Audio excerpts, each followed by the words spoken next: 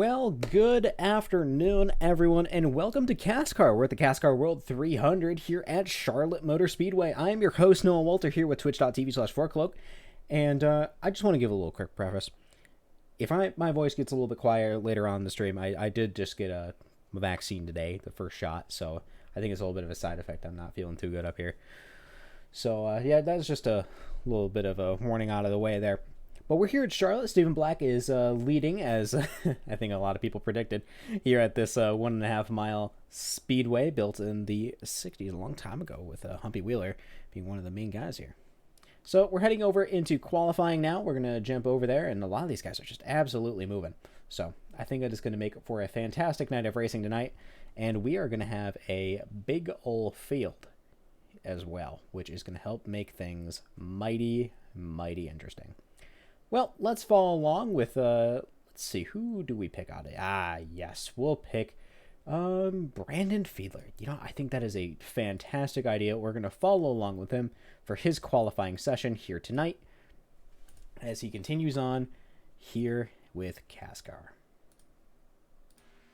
You can see him here in the number 39 machine for Equipment Geek. Let's bring up our qualifying board. He's one of the first drivers on track, so expect that board to be a little bit blank for a little bit.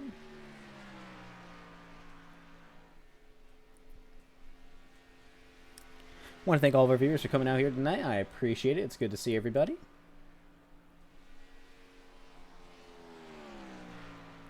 So, Charlotte Motor Speedway. I just finished up a 225-mile race here. We're doing 300 with a separate league. And I want to see how this race is going to turn out. For there, we got into this really long stretch of no cautions, and there was just no passing. Nobody was like really gunning for each other. If there was, it was just super separated. So I think we're going to see how this one runs here tonight. So this is going to be his first time across the line. There we go. So he continues to lead. Oh, there it is. That's his teammate, Jeffrey Belk, now taking away that qualifying lead. Jeffrey Belk. 29.449. All right, I think they can get a little bit faster. We're still following on with Brandon here. Had to go turns 3 and 4. He's right in the bottom. This is a top lane dominant track, but I think the bottom might be faster in qualifying. Any faster? There he is. He takes the lead there with a 29.372. What a lap. It's pretty quick. I think they can probably make it a little bit lower, but I think overall that is a mighty good time. And one we're going to see be quite quick throughout the rest of the night here. Let's follow along with another driver in our league here over with CASCAR. Let's follow along with Tyler Hallahan. There he is. He just completed his first lap. He's on his second lap here. Going to turns number 3 and 4. You can see that in number 88, BTT Transportation, Chevrolet Camaro. He just got himself a new wheel, so I wouldn't be surprised if he's a little bit quicker now. Yep, there he is. As soon as I say it, there he is, top of the board. Tyler Hallahan leading qualifying for the moment with a 29.331. Daniel Michael in second place, super close behind. Look at that gap, 0.01 behind. That is intense. Being that close, oh man, I just wouldn't want to. My board says right here that it's 0.014 back. We're going to see here on the second lap if he's able to top that. Brian Fradian coming out and taking away that one. And putting himself up on the pole. But Daniel Michael comes back. I'm glad I swapped over to him. He takes away the pole now, and he is going to be running a 29.249. Wow. I told you they'd get that time down, and they absolutely have. I want to thank our sponsor, Black Designs, for sponsoring the Black Designs Cup Series. Stephen Black is going to be the driver spawning that car. Here he is. And he's going to be advertising his Twitch on there. So we're going to make sure that we follow along with him a little bit today and give him a little bit of sponsor shout out as we do. Stephen Black is usually the guy that likes to qualify on pole here. And this time he's not qualifying super late. So I won't be interviewing Paul or someone else. And all of a sudden, Stephen's going to take it away like, like we saw before. Hunter Peach running in second position, 0.05 back from Daniel Michael. Very close, very close. Steven starting his first lap here. Let's see how he does.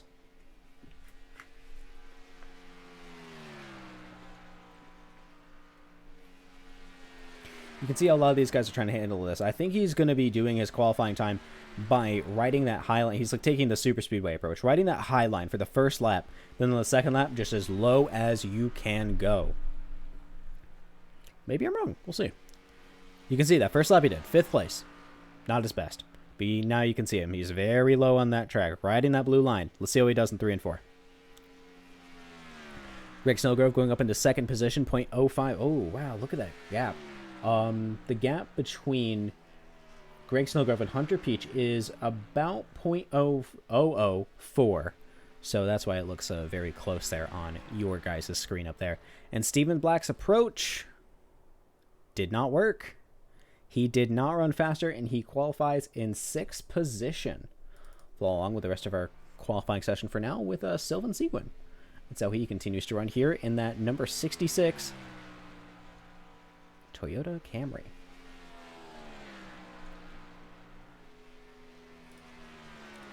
Like I said before, I want to thank everybody that has come out so far. It's great to see everyone that's coming in. Thank you. Thank you. And I hope we have a fantastic race here tonight so I can put on a great show for you guys.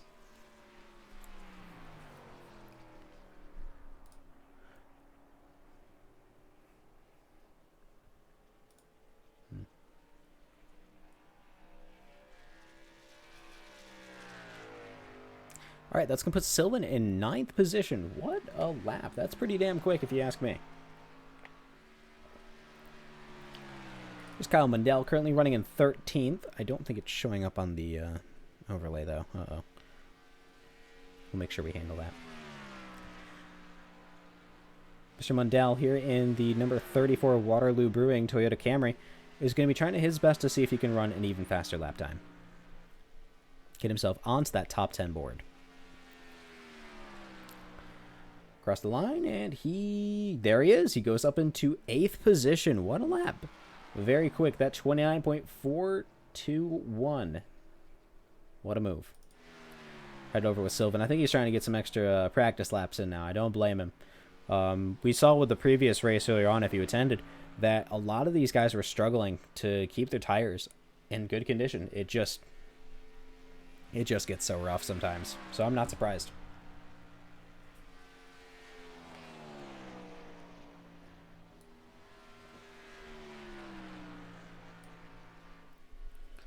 All right, here we are heading across the line once more, and yeah. Maybe he was going for piston, I don't know. It's in 10th now, though, anyway.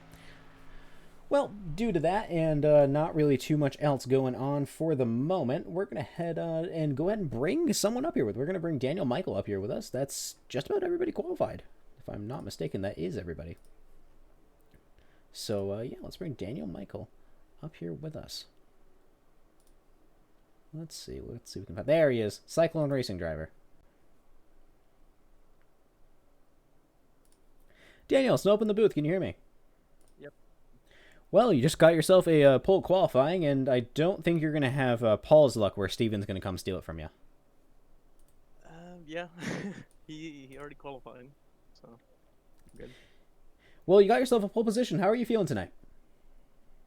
Good, but I unfortunately might have to leave midway through this race, so it's a bit tragic, but I got a pole, so it's all good. I mean, a pole is always good. I'm sorry that you might have to leave mid-race. That sucks. Yeah, just bad timing. 2 leagues overlapped, and one of them's paid. This one is not, so. No, I totally get it, and I think a lot of the other guys here that race here understand as well. You know, as great as racing we have and all that other stuff, sometimes when you invest a bit of money into somewhere else, you just have to go somewhere else sometimes. Yeah, definitely don't want to waste any money. Absolutely, I think we all understand that. But congratulations on the pole, though. You have a pretty decent gap behind as well. Greg Snellgrove is 0.05 behind you. Yeah, it's a good distance. I'd say so. I think it is a good sign that, you know, if you're lucky enough to actually be able to finish the entire race, then I think you're going to end up in a really good spot. Well, I mean, nothing's stopping me from helping out my teammates either, so hopefully they can win this race if I can't stay. We'll see. I mean, it's really good to be able to help out your teammates. I know that you with Cyclone do have Steven with you and Sylvan as well, right? Yep. Where's your other teammate, Brian Moa Jr.? I don't think he's here. this week. I'm not sure where he is, honestly. Gotcha. Okay. Well, congratulations on the poll one more time, just in case we can bring you back later on here tonight. Is there anyone in the audience you want to thank here tonight? Just the usual, my teammates, everybody watching right now for tuning in on the stream, and the league owners. Alrighty. Well, thank you very much for your time. I do appreciate it, and I hope you're able to finish up our race tonight. Yep. Thank you.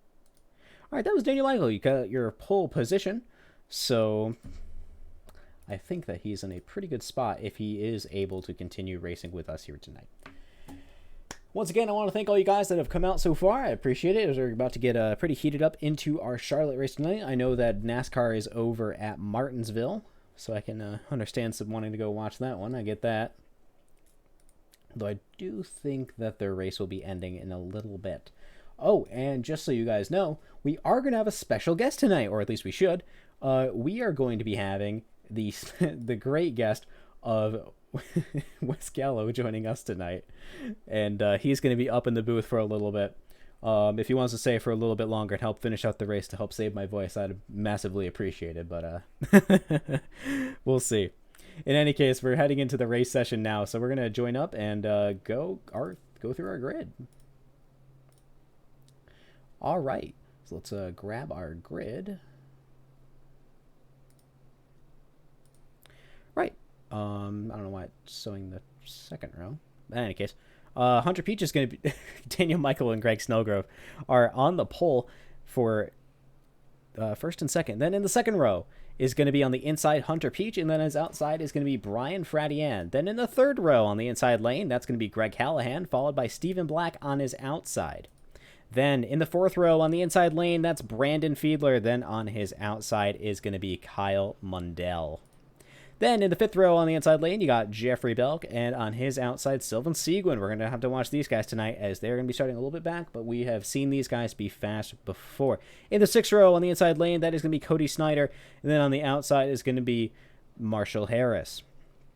Seventh row on the inside lane, that is going to be Richard Drake, Rational Richard Drake. Then on his outside is going to be Paul Ems.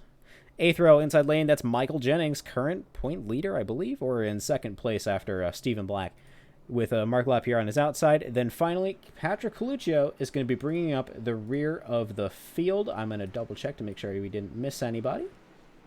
I don't believe we did. Fantastic. Alrighty, so that is going to be your grid here tonight with CASCAR. Honestly, I am really excited to see how this race turns out. These guys have always just been known to do a great job, and I think it's really going to show here with just how intense some of the racing at these mile and a halves can be, and we'll see. We'll see how it all ends up here tonight. So once again, thank you to everyone that's coming out. Thank you to Black Designs, our sponsor for CASCAR, and let's head on into it. So here's your drivers there, about to get started mighty soon.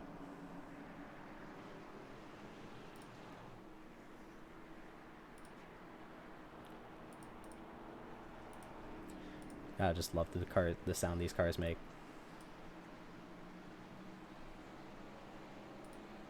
So here we are at the CASCAR World 300 with the Black Designs Cup Series over with CASCAR.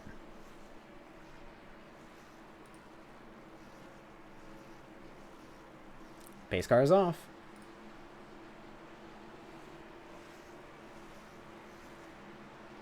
There it is, green flag, and away we go here with CASCAR. These guys are off to a really good start so far. That's Greg Snellgrove looking a little bit slower on that outside lane. He's going to be holding up that 81, and Stephen Black on the 98. Looks like that inside lane is going to be spread out as they go, almost go three wide there. That's Stephen Black now moving down to the low line. Tyler Hallahan trying to find a way around and try to stick with that draft so that these guys can remain competitive here tonight. Going through 3 and 4, Greg stays on that high line, and it looks like that is going to be the line to pick for now until the track changes. Almost a bit of contact there. Looking mighty crazy here as we continue to roll on through. You can see only in the first lap of 200, Daniel Michael continues to lead this race with Greg Snellgrove on the outside, and the third is going to be Brian Fradian. Fourth is going to be Hunter Peach for the moment. We're going to see how this continues to play out as Stephen Black has got that bottom lane.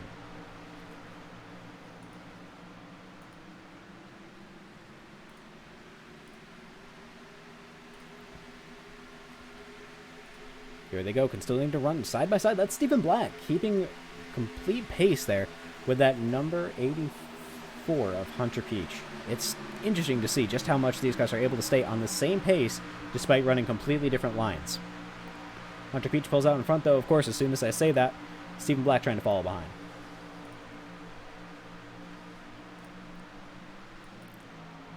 You continue now, running through a little bit closer. You can see just how much Daniel Michael is pulling away for the moment. That's almost half a second he's already pulled it. There he is. That's over half a second now. With Greg Snellgrove behind, he's got to put the pressure on to try to catch up as much as he can. Daniel Michael continues to hold the fastest lap of the race so far. We're going to see if he's going to be able to keep that up throughout the rest of the race. You can see a lot of these guys trying to run in that high line now. That's not something you've often seen here with Charlotte. These guys do not normally run the high line, but with this new package, it's what you have to do if you want to be competitive. You can see your top drivers are really not changing up the field too much until that is, I believe it's Brian Friday, and that it is. He's going down, trying to get that position on Greg. You can see just how close these guys are. Running the turns 3 and 4. It looks like the bottom lane for, well, center lane for the number 81 there is working to really well in his favor. Usually you don't see it working out too well until you get to the quad oval, where now even Stephen Black is able to get a really competitive spot. We'll see in turn 1, though. Turn 1 is usually the one where the bottom lane is able to be run just a little bit more, but he slides up. Brian Friday not able to get the move done, but that's Stephen Black now going to the inside lane.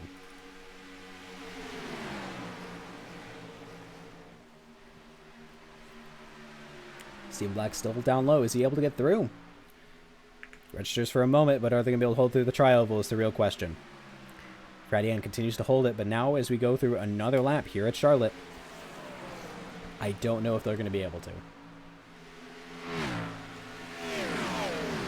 Man, you just got to love that sound of these cars.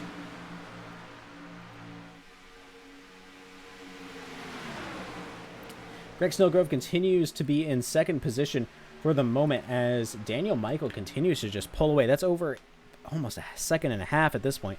These guys are just really, like, you know, they're running really close together, but that is Daniel Michael just running away with this thing. I think he's trying to get as much done.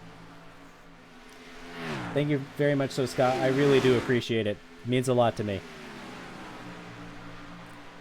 If anyone ever has any suggestions to see what you can get improved, please let me know. Uh-oh, that's down low. Who was that? That's number 55. That's Jeffrey Belk. It looks like he's okay. No caution has come out, but it looks like he had a bit of an incident there, which put him down below. Oh, and the caution is out. All right, we're going to go take a look and see what that was, and I'll be right back.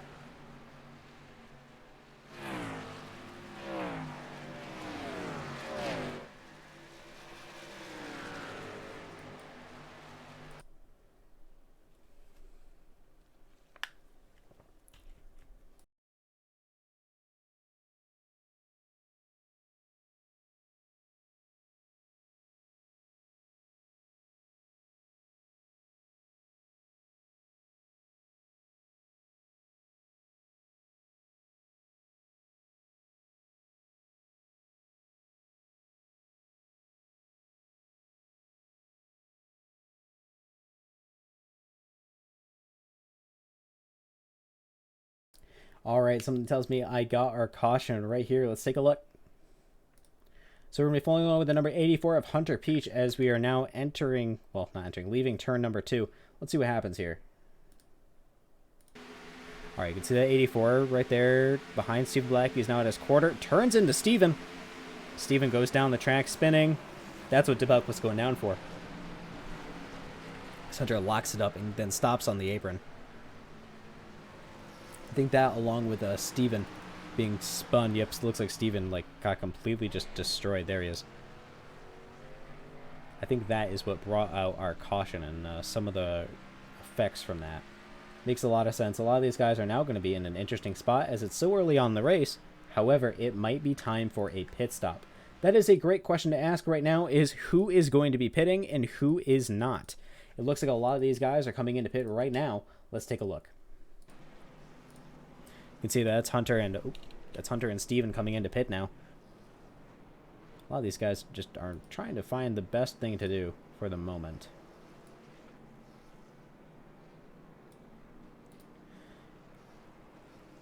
See here, that's Jennings also in the pits as well. That's an interesting choice. Trying to be in the pit lane to see if that is going to benefit you any. So now it just ends up being Stephen Black and Hunter Peach. Let's see what's going on throughout the rest of it, and see if anyone else is in a different spot. Daniel Michael and Greg Snellgrove continue to be in the front row, while behind them is Brian Fredian and now Brandon Fiedler. These guys are catching up with each other. They're not going to let your top two of Greg and Daniel just run away with this thing. Which is probably a good call for a lot of drivers behind here who are going to want to put a lot of pressure on.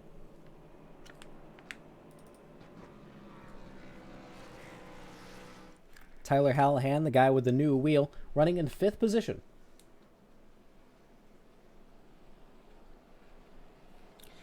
Hunter Peach there, Hunter, funny enough, is 84.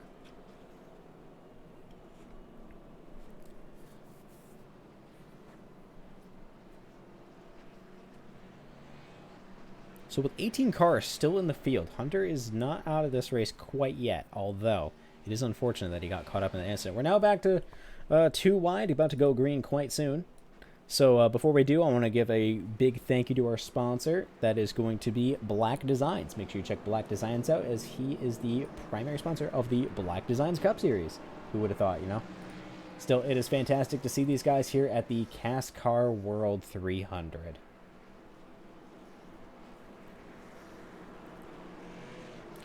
Make sure you root out not just Hunter there, but make sure you root out your all-favorite drivers. I would really appreciate it if you want to tell me who you are excited to see try to win this race.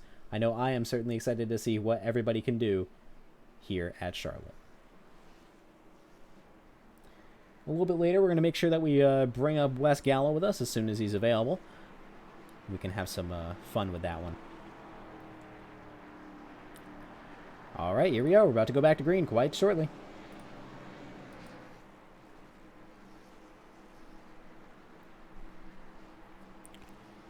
Pace car is off.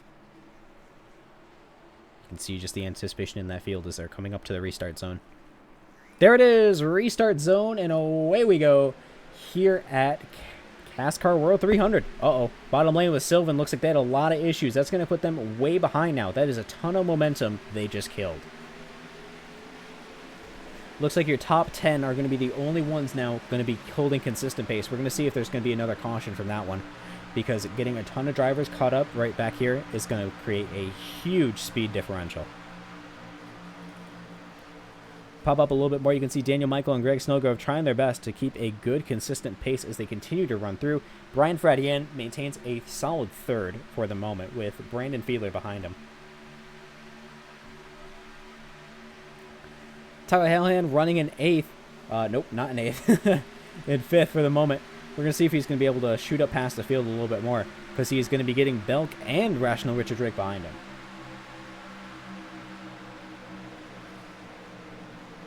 Exactly.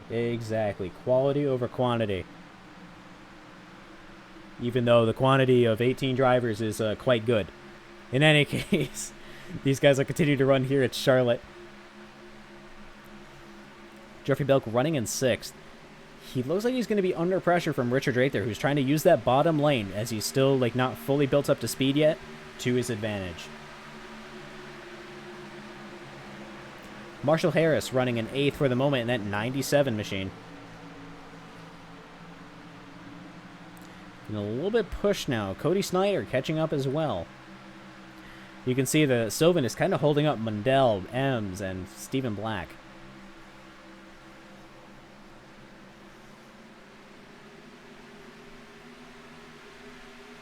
Sounds good, Wes. It'll be good to see you up here. All right, that's a big... Oh, man, no, don't do that screen. We can see these guys all now bunched together as they're coming. Try to use that bottom lane. That's Paul Ems now. Kind of holding that bottom, seeing if he's able to get through. He comes up. Ooh, very close to Sylvan there. He backs out of that one. He does not want to be the cause of a caution there. going to let them through as now Michael Jennings is catching up as well to get by Ems. Looks like he's going to stop right before him. Sylvan about to be sent 3 wide. Yep, he's riding in the middle. And it looks like Black and Mundell are by. You can see Stephen Black there in that number 98 Toyota Camry is already on the move. He is not going to be giving up any positions anytime soon. Already been in a poor position by Hunter. I don't think he is too happy or content being super far behind. Give him a couple more laps and he's going to be building up not only more speed, but a lot more participation too.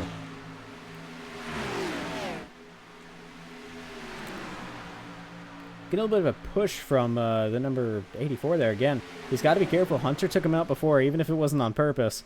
So they're going to have to be careful there. A little bit of a skim of the wall there with Cody Snyder and that number 4 machine.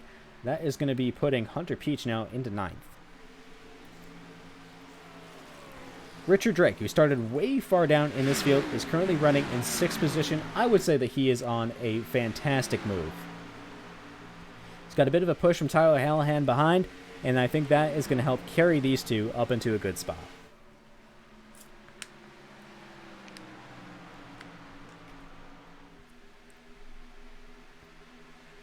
Stephen Black now looking to the inside of Tyler. He's going to take it. Looks like he almost had to move him out of the way almost. That is mighty close and something I don't think that Tyler is too comfortable with. I think the strategy that Steven is trying to play here is that he is going to be trying to take a high position early in case of another caution and so that he can be defending. He might be a bit more comfortable defending than he is on the move. So instead of saving his tires, this might just be the move for him. Shoots by the number 81 there. O'Brien for at the end. That puts Stephen Black now up into 5th. Richard Drake by that 81 as well. Stephen Black is on the move.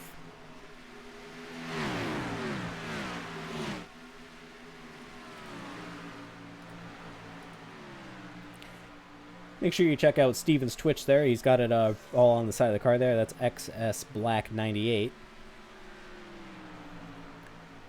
He's now... Oh, no. Wait a minute. No! I just see that now. Jeffrey, no. He made an Aaron's mock-up, but no. What the hell? I wish I could read it a bit more. I can see my name on there, but... You know, Wes, figuring this is your teammate, I'm going to have to ask you, what is this? I wish I noticed that before. Oh, man. Okay. Brandon Fiedler continues to run in 4th position as he already has been passed by Stephen Black, who's now up to 3rd. Nose meme machine. What do you mean you had nothing to do with it? That's Stephen Black now by Greg Snellgrove. Stephen is on the move. If there's a caution again, we're going to have to bring Stephen up here with us because that is just constant movement.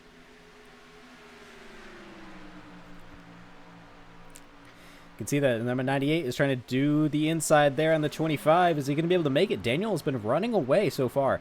I don't think... Well, I say that, but I think Steven is already having enough of that shenanigans of him not being in 1st place. He's already got it. Now, I already know that Steven absolutely hates 3 and 4 in this car, like, with a passion. So we're going to have to ask him about him and see how he's doing, because he's currently able to ride that bottom lane super well, which is honestly one of the most difficult parts of this setup here at Charlotte with the new package. So if he's able to hold it pretty well, I think he's doing all right.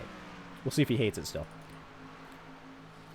Greg Snellgrove, though, trying to make some positions up. He does not like getting that 2nd place taken away from him. So I think he's going to want to get that back. You can see Fiedler and Belk here trying to duke it out just a little bit. That number 39 Equipment Geek Machine is trying to send it up the inside just a little bit, but not quite enough. He's going to file behind Belk. Hunter Peach now catching up in that number 84 Raise Energy Machine. Now, I've said it before, a lot of these guys run Camrys. I'm not really sure why. It's just a lot of them run Camrys. The only Mustang was Wes, and Wes is out of commission for right now in the racing department. So, that's going to be Hunter Peach setting up the inside on the Equipment Geek number 39. Oh, almost some contact there. Looks like that Jennings Esport machine is not quite able to get on through. I think it sacrificed some power for an extra sized fuel tank.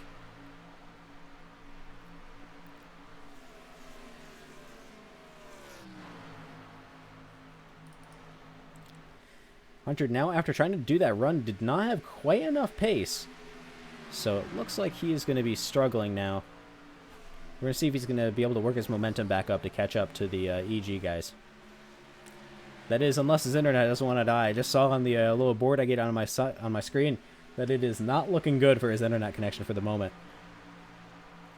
But what's also not looking good is Daniel Michael's chance of winning this thing right now, as Stephen Black already has a 1.3 second lead.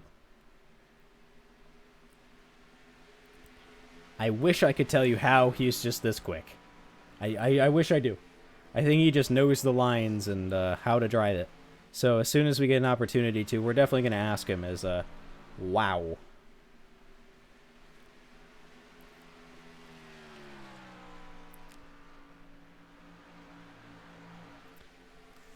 Looking back a little bit in the field, we can see Michael Jennings over here. He's trying to catch up to Kyle Mundell. Let's see if he's going to be able to do it.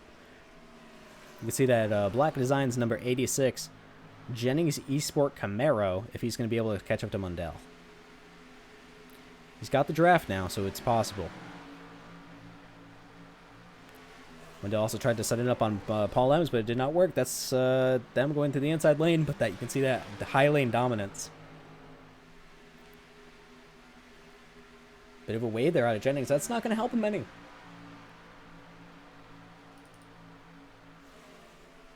So now return back to single file. You can see how close that 86 is to that 28 there. The question is, do they want to work together? They're both Camaros, some of the few in the field. They got to make a choice. Do they take this right now and try to work together, or are they going to just duke it out? And it looks like they're going to duke it out, as that number 86 is getting mighty close, and it looks like he was almost about to spin him. Probably not on purpose, but it looked close. Mark LaPierre there in the number 8 in 14th position is currently watching all this battle play out. Let's actually go see what he sees on the Black Designs cockpit cam.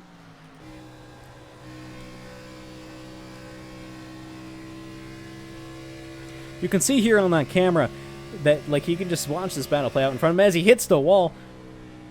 Okay, let's go back out to the outside to make sure he doesn't hurt anybody. Oh, he gets into the number 44 of Patrick Coluccio. The something tells me the Great White guys are kind of yelling at each other at the moment. Oh, that's LaPierre down and takes them both out now, going through the quad oval. LaPierre stopped on the infield. I'm not sure if the caution is going to be called for that one, but that is quite an incident there. Patrick Coluccio was able to survive a bit better, getting on through, but still heavily damaged. LaPierre even worse. I swear, every race, Mark gets caught up in unfortunate accidents. Stephen Black now, as he heads through 3 and 4, has to be careful of this. He does not want to get caught up in a bad incident. No, 1 and 2. Sorry.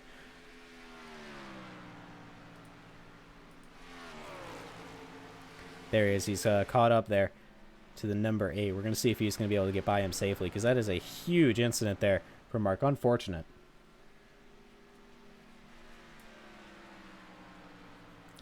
All right, Wes, we're going to make sure we bring you up now. Let's see. Where are you?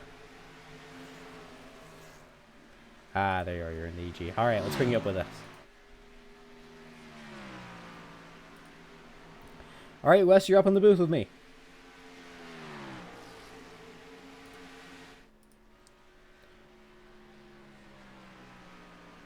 Do we got audio? Uh-oh. Well, Wes is up in the booth with me, but I'm not sure if he can hear me or if I can hear him.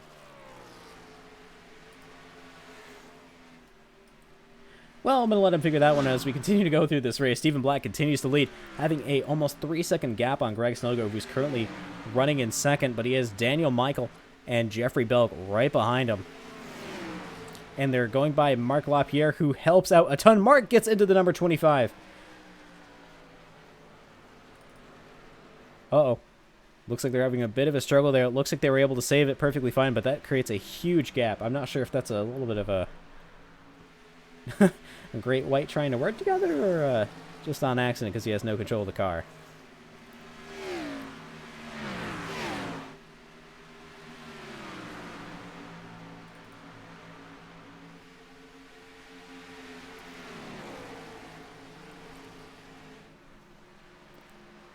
Mark Lapierre down into 17th after that one. Oh, Wes, we gotcha. I think. I heard some scratching noises.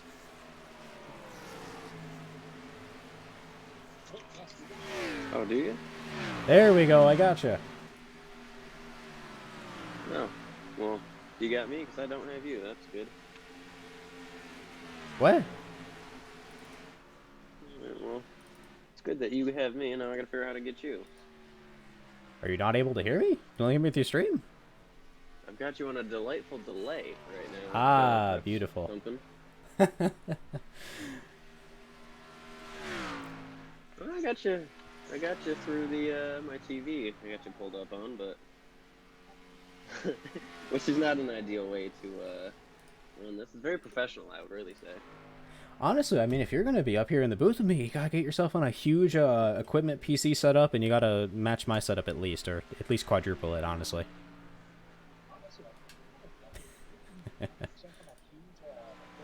That's Greg Snowgrove in the pits now. Well, I'm currently working on a steam machine in my hotel room, and it's a miracle that I have Wi-Fi here, so... You know, I think that's fair enough, so at least we're able to have audio in the first place.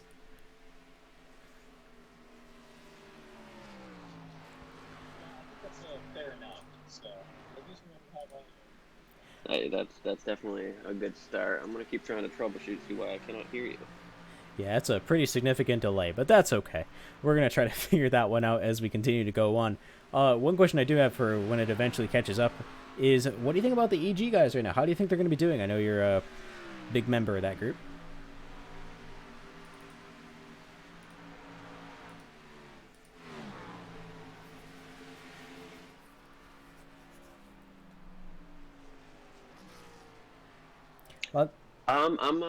I'm definitely excited about how they're running. Belk's up in looks like P2. Fiedler's running around P3.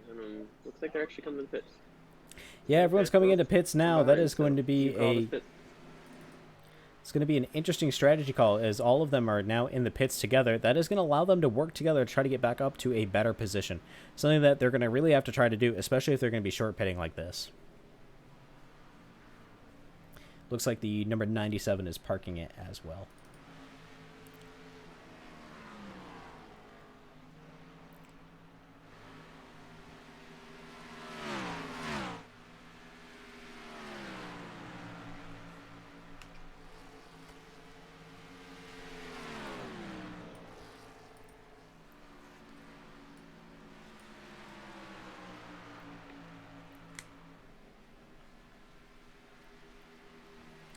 Well, as we continue to run on here, we see Stephen Black continues to lead. I wonder what his pit strategy is going to be. I mean, he already has a 6-second gap on Hunter there. That is insane. Just absolutely huge. All right, I think Mundell is going to be the last in the pits for the moment until Stephen Black comes in, as Marshall Harris has been, he's left this race. No, it's okay, Wes. Don't worry about it. I totally get it. It is sometimes quite difficult to try to get the delay to go away.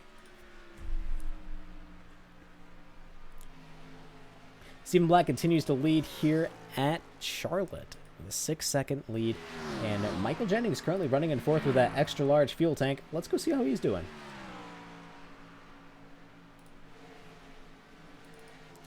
Looks like his current times are in the 30s. He is not doing too hot. Running a 31.7 can be extremely demoralizing, especially when you see a lot of faster guys catching up to you because you have not pit yet.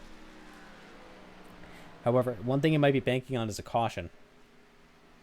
If a caution comes out, then that is going to help him a ton, as it means he's going to be able to pit, and even if he chooses to stay out, he can hurt a lot of people. We'll see what Jennings chooses to do here as we continue on with our 300-mile race and 200 laps. Hunter Peachin at least in a better spot there. He's also running 31s at this point, as is Steven. However, they are able to maintain at least a bit better lap time. I believe Stephen Black, though, with how much he's slowing down through some of these corners, knows that he has to pit quite soon. Trying to stay out like this is not beneficial in the slightest to how some of these guys race. It is only going to hurt them.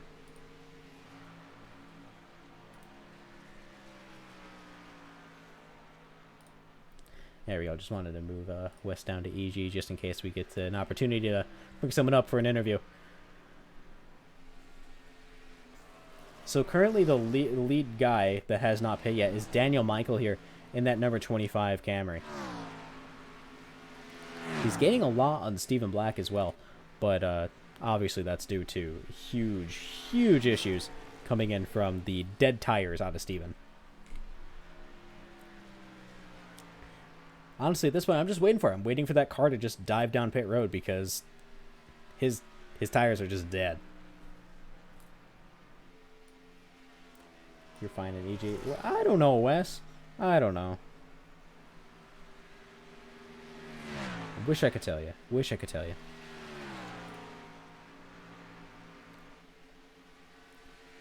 Take a look at some of the race information we got here. So we are at Concord, because this is Charlotte Motor Speedway, Concord, USA, with our 1.5 mile track. Currently 78 degrees outside. Nope, 79 degrees outside. Not bad. Not bad at all. I'd say that's pretty good. He's got backup plans, everybody. Uh-oh. If Wes has a backup plan, you know you're in trouble, especially as Stephen Black is in the pits now. That is going to make things interesting. Well, Wes, I beamed you up. Let's see how it goes. So Stephen Black in the pits now. That's going to put Michael Jennings into the lead for the moment. Is he going to be able to hold it, especially with how much he has to get? He has to pit. Like, just look how much that speed difference is with the number 81 coming in. And Jennings still is not pitting. Jennings runs a hybrid. It's pretty well known inside of the league that he's got an electric motor in there. So he's a fascinating one to try to pass too. He's usually so off pace. You know, that is a very fair point. Trying to, you know, definitely not cheat at all by just running a hybrid is How long do you think you can keep going with this hybrid engine, though? I could not tell you. I mean, anytime we've done races while I was still eligible to race, we would have about a 30-lap fuel run, and he would go almost 50, which is where I started. I mean, somebody, not me, started the rumor that he has a hybrid. So I don't know what he does unless he just runs half throttle the whole time. It's incredible. Well, I mean, with how often we see him towards the back in the beginning of these runs, it's actually quite possible that he just does. He definitely is a significantly more patient man than I at that point.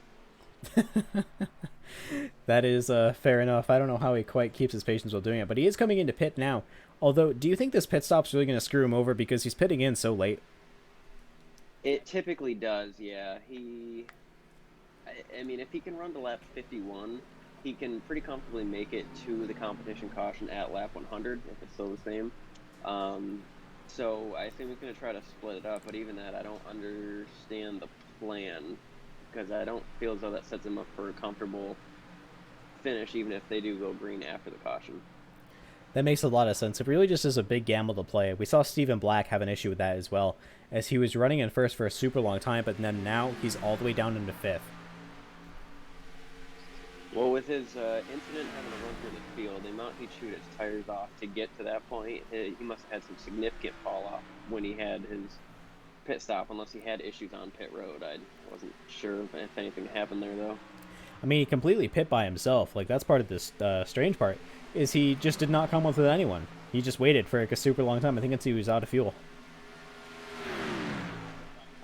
I'm really not familiar with how abrasive the Charlotte surface is. I believe it's relatively new, but I know that they have the way they paved it, it made it so it's a little bit grittier than most repaved surfaces. So he could just have a completely different strategy. I don't know. That's definitely a curious one, but we can see him making moves, so he's definitely got strength in him. I think one of the main issues that we're seeing right now with not only drivers like Stephen Black, but really the Charlotte surface itself is the package we're currently running is very top line dominant, which is not at all what we're used to, and it does make the surface a lot more abrasive, especially in turns like 3 and 4, where, you know, as much as Steven complains, you just absolutely plow through the corner. This package is so momentum based that that's really the only way that you can run. If you want to run the bottom line, it's just going to bog you down so much and your tires up even more. So running that high line is going to be very important just to keep your momentum, just keep it wound up coming off. Since you have no horsepower to exit the corners, that you have no choice. The big spoiler pushing you all over the place, and then no horsepower. It's just a product of the package. Yeah, that makes a lot of sense, and it's something that I think that's going to have to be considered as we continue to go through more packages here on iRacing, is how that is really going to affect it and how it affects the racing. Because isn't that the most important part?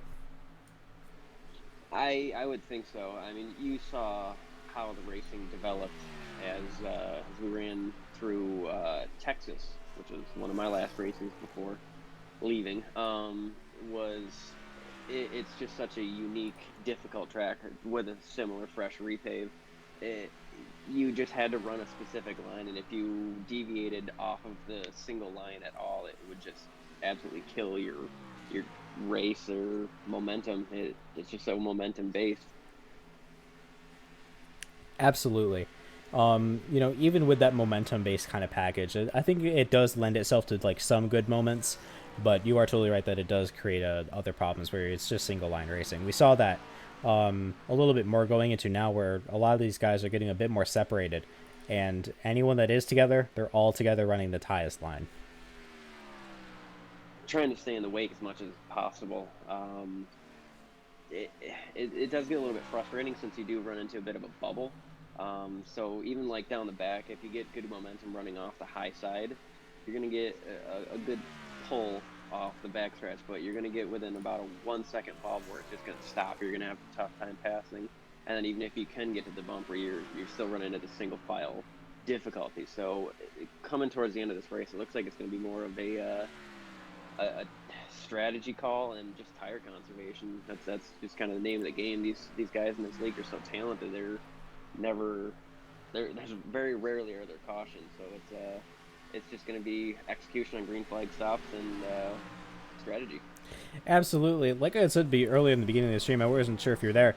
I had just finished a 225-mile version of this race that I was broadcasting, and that was exactly 100% what we saw. It was all strategy call, and it was all tire conservation. If you saved your tires in the beginning of the run, it could really benefit you later on, or if you were talented enough to keep those tires saved up as you were continuing on throughout the race. Which is going to be interesting, just watching the strategy as we progress through this. I mean, you'll have guys like Stephen Black, who's obviously running as hard as he can. He's even running a low line now. While the EG guys like Belk, they're all in a similar strategy, but they're running a high line. So it seems like they're trying to save tires, but also keep a pretty healthy pace. And then there's the guys like Jennings with his hybrid engine that are just kind of trying to putz around. Maybe this is another chance for him to pick up another win. It could be a good strategy for it. Absolutely, it could. Sometimes those are just the right calls to make. Now, I have a fantastic proposition for you, but you got to tell me if you like it. I'm all ears. What do you got? How about, to make this a lot more fun, we bring up Stephen Black with us right now while he's in the middle of a run? I'd totally go with that. Awesome. Let's do it. I want to see how angry he gets. Steven, it's Wes and Noah up in the booth. How are you doing? Ooh. What's up? Oh, you're... How you doing, buddy? How's it going, guys? Wes, where you at? I'm currently sitting in my hotel room watching you run second. Come on. I mean, I've definitely been impressed with your pace today. How's the car feeling? It's feeling pretty good. Just, it's a little tight. We got wrecked in the beginning and had to pit, and now we're on our own strategy, I think. So... I was definitely curious about what your strategy was going to be going forward. Is that did you have any set plans, and are they completely scrapped at this point? Well, Well, they were scrapped on whatever lap that caution that came out with me and Hunter, whenever that was. So now I'm just having to basically run my own race and strategy at this point. So just take it and run with it, I guess, and see where it takes us. Well, I mean, you're already in the lead, and you already have a almost 0.75 lead already. You just got by Belk. Do you think you're going to be able to maintain that with the current tire strategy? I mean, pressure tires seems to be a big deal here. 3 and 4 is really bad to get through if you're on older tires. It's extremely tight. 1 and 2 isn't too bad, but it's definitely going to be a tire game, and I'm hoping that we didn't screw myself taking tires that first time I had to come down, but we'll see. Absolutely, we will have to see, just to see how much you're able to maintain this kind of pace. We've seen you just absolutely blistering throughout the field. Is that your strategy right now, to try to get through the field as fast as possible, and then hope that gap is big enough that when your tires fall off, that they are filing off too? Yeah, I mean, I think it worked out pretty good for us this last pit stop. Just having 15, 16 extra laps to get around the field, or try to put people laps down and coming out back on the lead lap and at least the top 10. I mean, that's pretty much what my strategy is from here on out. And we saved pretty good tires on a full fuel run that last time. I think we were at about 78% on the right front and 84 on the right rear. So not the even wear that I'd like to see, but it's definitely a lot better than some of the other folks I've been hearing talk. So. Well, clearly you got a fantastic. No, it's all you, buddy. My apologies. Clearly, you have a fantastic strategy going for you, at least in terms of speed. So, do you think that with how much the EG guys are going to be punking you throughout the race, do you think you're going to be able to stand up to it? Yeah, I'll sign autographs after I get done in victory lane. To that note, I did recently hear a rumor that I definitely made up, that you hate puppies. Could you speak to that? I love puppies, but if that's the rumor, then I might just play along with it, even though I love puppies. So. All right, you heard it here. In some fact. Exactly, you heard it here, everybody. Stephen Black hates puppies. Official. All right. Well, you see, this is the kind of sponsors you get now. Oh no, we got a puppy-hating sponsor. How dare you? Shame. All right, Stephen. Well, thank you very much for your time. I do appreciate it. Something tells me I'm going to be bringing you up a little bit later on. So before I do, is there anyone that you want to thank out in the audience here tonight? Thanks to my biggest fan, Wes Gallo. Thanks to you, Noah, for broadcasting, and thanks for everyone that's watching. I know you got a pretty good following, Noah. So yeah, thanks to all those people that watch us race every week or whenever we don't have an off week. Gotcha. Well, thank you very much, Stephen. I do appreciate it, and I'm sure that we'll be talking soon. Thank you. I always love interviews with Stephen West. How do you feel about him? I gotta start coming up with a bit more extravagant burns for him to try to answer in the middle of a run. The puppy one is a little bit of a softball.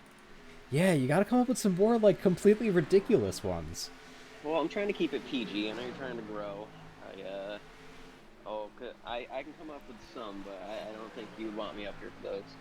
Yeah, let's keep them a little bit more PG. However, I do think that they still need to be funny.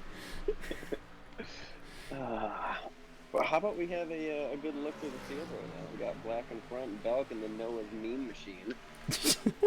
I don't know what the hell's up with that paint, but I love it. Not my idea, but I was happy to help bring that to light. Wait a second, is that what you need the picture for? Maybe. Oh my god. Man, if it was for that, if I knew it was for that, I would have sent you a better one.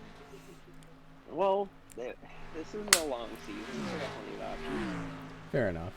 Currently running. Aaron's cars have been run over the years. Oh, there absolutely has been a ton. Currently running in third, that's Brandon Fiedler, also with EG, and then in fourth, that's Brian Fradienne. What's up with all the EG in the top? Talent, baby. That's all talent. Brandon's running in the, I think he called it Purple Crayon. And then we got Brian in the normal camo. Looks like he's trying to break the draft a little bit. That's just pure talent. Snyder's even running up there in a P11. The fact is, I mean, our guys just put in the work, man. That's always what they do. Long practices every week, try to get a good strategy, work together. Shame that I'm not out there to help out, but they work well together and they put the work in. Well, I think it does clearly show with just how much you guys have dominated almost the entire season so far. I think the points lead for your guys' team is insane. That's I think that's always the thing. I've said it on other broadcasts when we win as a team is we're a team first. As much as I mean, even watching Talladega, it was a 1-2 and a photo finish, but it's hard to be mad with a P2 at that point when a teammate wins. If someone wins, the whole team wins. Someone loses, the whole team loses. That's just, we try to create a little family at EG. I think that makes a lot of sense, and it's really helped you guys out a lot. I wonder what other teams are going to be taking that as. I know that we see Great White, you know, a lot of these guys are like super fast on that team, but sometimes they just get a little bit too spread out for each other. Yeah, they try not to dig on them at all. They sometimes they don't seem like they're always working together as well as they could be. There's definitely a lot of individual talent, but they also seem to be catching a lot of bad breaks. Like with Coluccio, he gets caught in something every week, even if it's not his fault. There's always just something going on with him. So, shame to see him always running the back. He's definitely a good guy. Yeah, it really does suck for some of that stuff sometimes. You know, I even know with last week with our little fun race that we did, I completely killed Coluccio about 4 times, not on purpose at all, any single one of them. He's a dirt racer trying to make this awkward transition to asphalt. His growth has been very impressive, but like you said, he's a magnet for anything. No matter where you go or what happens, he's going to be involved in it somehow. Yeah. Well, I think your current theory on the hybrid working for Michael Jennings is coming true, as he's currently running in 5th. He's working his way through the field. Obviously going to outlast. I mean, if he pit on lap 51, if I recall, that's going to split the stage perfectly in half. I'd be pretty comfortable saying he's probably going to lead us to the competition caution and pick up a stage point with a win in the stage. That is very realistically possible. Now, here comes the question of, will Stephen Black be able to hold on to it for that long? I don't recall what lap he pit on, but the way he's running, I don't see a way that he could make it to the end of the stage without at least one more stop. Even if he has a splash and dash, I don't know if that's going to cut enough time. As far as I have, he's got a little over 20-second lead on Jennings. I still think Jennings, I got to put money on him for winning the stage. Makes a lot of sense for me. We can right now see that the EG guys are starting to come in. All 3 of them probably coming in together, I assume? Yeah, it looks like that, because it looks like Fiedler is now coming in with Fradian. Awesome. Hopefully help brighten up Brian's pit boxes, so we shouldn't have an issue like sliding through like he did at Talladega. So as long as they get a nice clean stop, they should be able to get off pretty comfortably together. That makes a lot of sense. I think it's always funny looking through the pit boxes whenever we have a chance on the broadcast, just to see the kind of ridiculous things that get put up for the pit boards. Yeah, EG, if you've ever seen any of our team stuff, we have our main team color is Volt, which is just a fluorescent neon yellow color, which is what I personally use. And then everyone else on the team picks up their own specific color, and we just try to run with it. If you look at, like, Brian's roof number is our team Volt. Jeffrey almost always has a neon blue, and then Brandon is usually running an orange. So just got bright colors all over to help kind of, I mean, it definitely helps on pit road. Signs kind of glow a bit more at night, and different is good for that. Absolutely. We just saw Sylvan almost just take out on accident Michael Jennings there as they're running through. It looks like we're getting to the point in the run where the right sides, and specifically the back right, is probably going to start getting worn out a little bit. So coming off corners, especially on a high side like that, car's going to be unloading over the little bump at the exit of 2 and 3, where you're probably going to have a little bit of loose situations like Sylvain ran into. So I wouldn't be surprised if we see more of that throughout the field.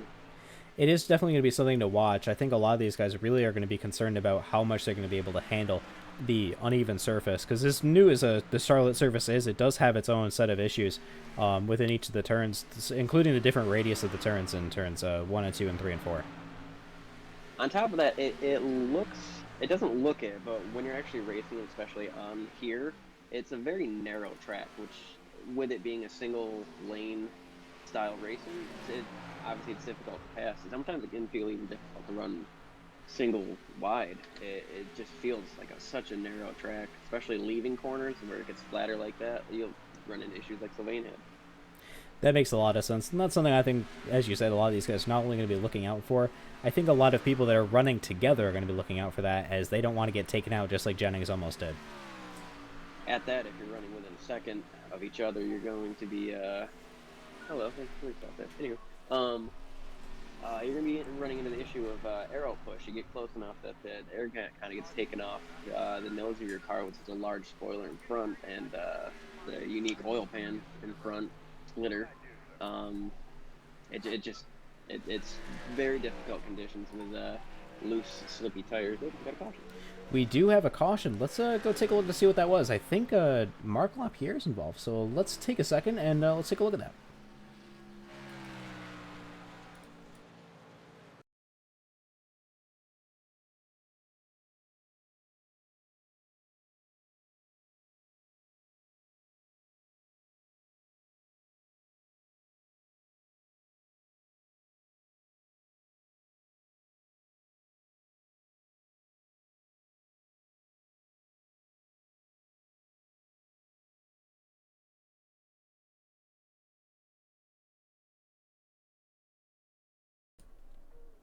All right, so we got to take a look at the caution right here. Let's go ahead and bring that up. So we're following right now with the number 55 of Jeffrey Belk and the number 8 of Marc Lapierre. Leaving 4, it looks like there's a squeeze there out of Mark into Jeffrey there. They get together, and then they just go into the dirt. John Deere country all the way, it looks like.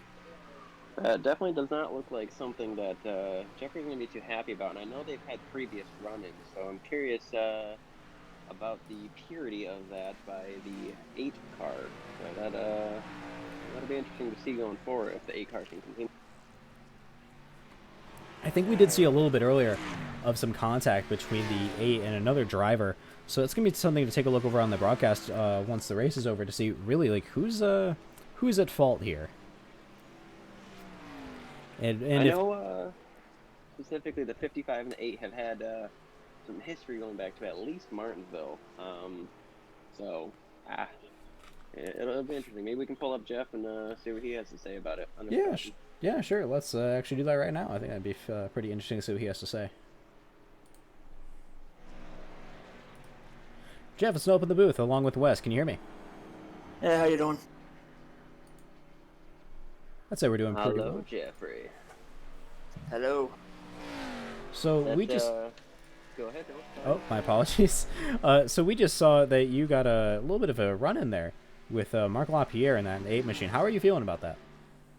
It's not the first time he's done that this season. It's not the first time he's done that in this league. That's just... I'm outside of him going into 3, all the way through 3 and 4, and he just goes straight to the wall like there's no one there. And it's not the first time he did the same thing at Martinsville. He did the same thing at Michigan last season. It's a joke. He almost caused a wreck with P2 through 4 earlier in the race. I don't understand it. Given your history with him, do you believe that was intentional or just a driver situation? I mean, I honestly can't say. It's a situation we've been in before, and he's already almost caused an incident once with multiple drivers in this race fighting for position from a lap down. So I don't know if it's just bad situational awareness or no spotter in the car. I'm not sure. Well, moving on from the bad blood, I suppose. How do you feel about your chances going forward having to pit an extra time there? I mean, I feel like we're good. As long as we don't have another issue, I think we have a good chance of getting the No It's Me machine up into victory lane. I do have to ask, where did the inspiration for that come from? Well, 55, I thought about Aaron's Dream Machine and what runs with Dream meme. and Aaron's is the first name, so just clicked. I think that is probably the most creative cycle for coming up with a paint design I've heard pretty recently. That's for sure. Real quick question for you. How does it feel to have led at Charlotte? Honestly, I don't know. I don't know anymore. It's weird to know that my face multiple times on a car has been around not only Charlotte but has led laps. Do you think that you have a car to root for today, or do you still feel as though you have the ability to be impartial? Oh, that is a great question. I don't know, because I think the Mean Machine is pretty funny, but I know that I'm paid here to broadcast and not pick favorites. Even as is separated from EGR, I think it'd be pretty fantastic to see that curious mug spinning through the grass with a checkered flag sticking out the window. It would be quite amusing, that's for sure. We'll try to get it there. Well, you got a little bit of a work to do, figuring as what, did you pit in to get repairs? Yeah, we had to take them. Steering was way out of whack to the right. Well, even with that pit stop, you got yourself into 5th position, and, well, I would say if you got some fresh tires and you only got people with dirty tires in front of you, I think you're going to be mighty fast. Thank you very much. Good luck, buddy. Tell Cody to step on it. Will do. All right, thank you very much for your time, Jeffrey. I'm sure we'll bring you up a little bit later. Good copy season. Let's see, that went pretty well. Oh, good. I think I am on a delay. That's bad. Uh-oh. Delay there. What is happening? You see, if anyone has ever any questions of why I keep the Chad Ganau spotter on, very quiet in the background, it's because sometimes I forget I'm not live, and it'd be nice to know when I hear green flag.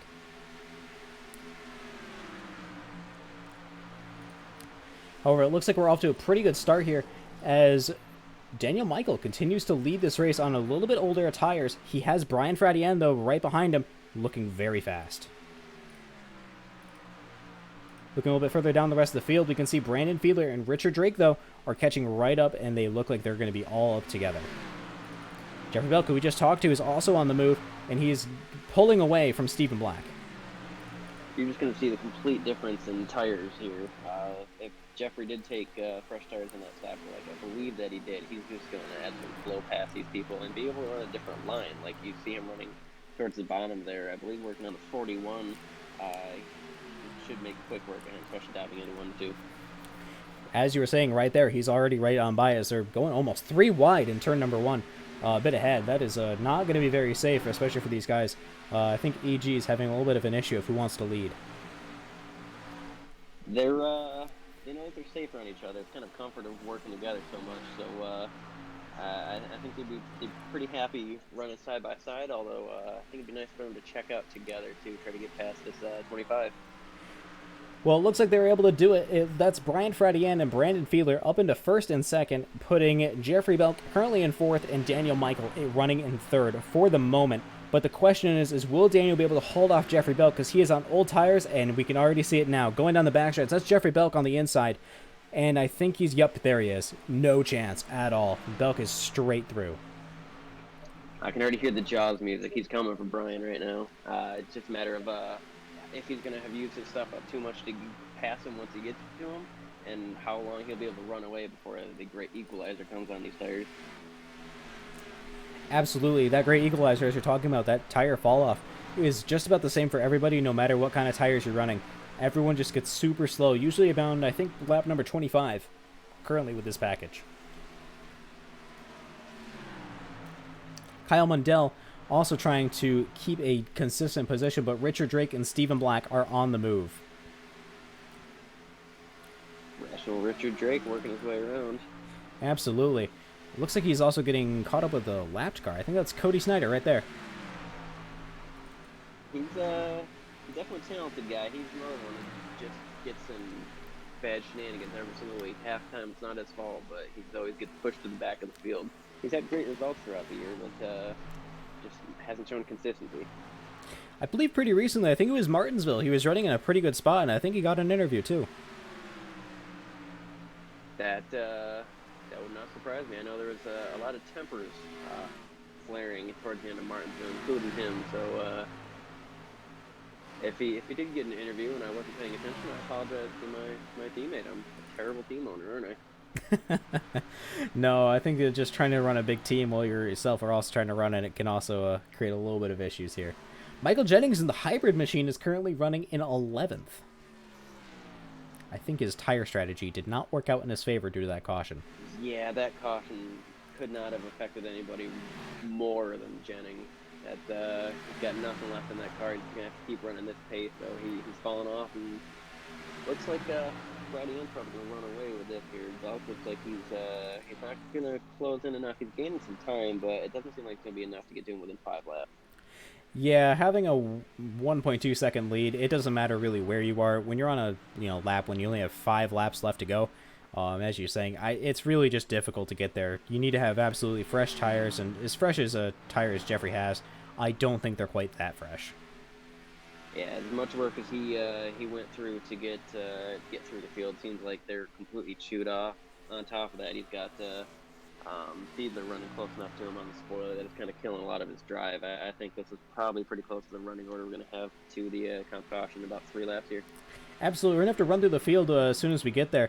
A lot of the guys that we saw in the front row are already starting to fall back a little bit, except for Daniel Michael, who started in first, is now in 4th, and is still looking very competitive. He's definitely got a lot of talent, a lot of speed, but seems to be working alone for the most part. I believe his teammate is Black, if I recall, who has fallen all the way back to 10th. Tire strategy is clearly not working out for him at all.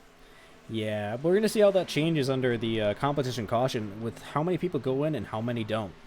We can already see from this, it is going to be quite interesting to see how many people really are going to start to push it in this last 100 laps of this race. Yeah, guys like Belk and Black have had to pit off sequence. We do have limited numbers. It is a longer race, so I believe they have 1 or 2 extra sets of tires. But if they're going to equalize at the comp caution, it'll definitely be interesting to see the racing throughout this. If guys like Belk do want to try to push it and go off strategy with teammates. Absolutely, and that's if we can make it to the competition yellow, because it looks like Sylvan had another issue coming out of turn number 2 and got sent down the backstretch. He definitely looks like he held on to it, though, so keep on rolling. We'll make it pretty comfortably to the comp caution here, looks like.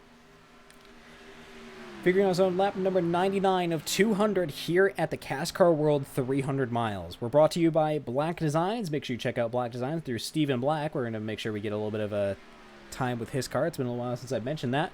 As we're now in lap number 100 with Brian Fradian leading the field through turns number 1 and 2, with Jeffrey Belk and Brandon Fiedler behind him, bringing out your top 3 for EG. Belk made a good run at him there, got within 1 second, but clearly chewed up the tires before he could really make any sort of move on Fradian. Yeah, we can really see that here, but I think it's overall going to turn out okay in their favor. As as teammates, they're all up together. It's just they got to make sure that they're all going to be on the same kind of strategy. I'm really curious to see what Belk does here with his extra stop. If he's going to stick with them, or he's going to try to save that extra set of tires. That is a good question to see what he's going to do with that one. Well, now that Brian Fradian got that one, he got the stage points. Let's bring him up here and see how he's doing.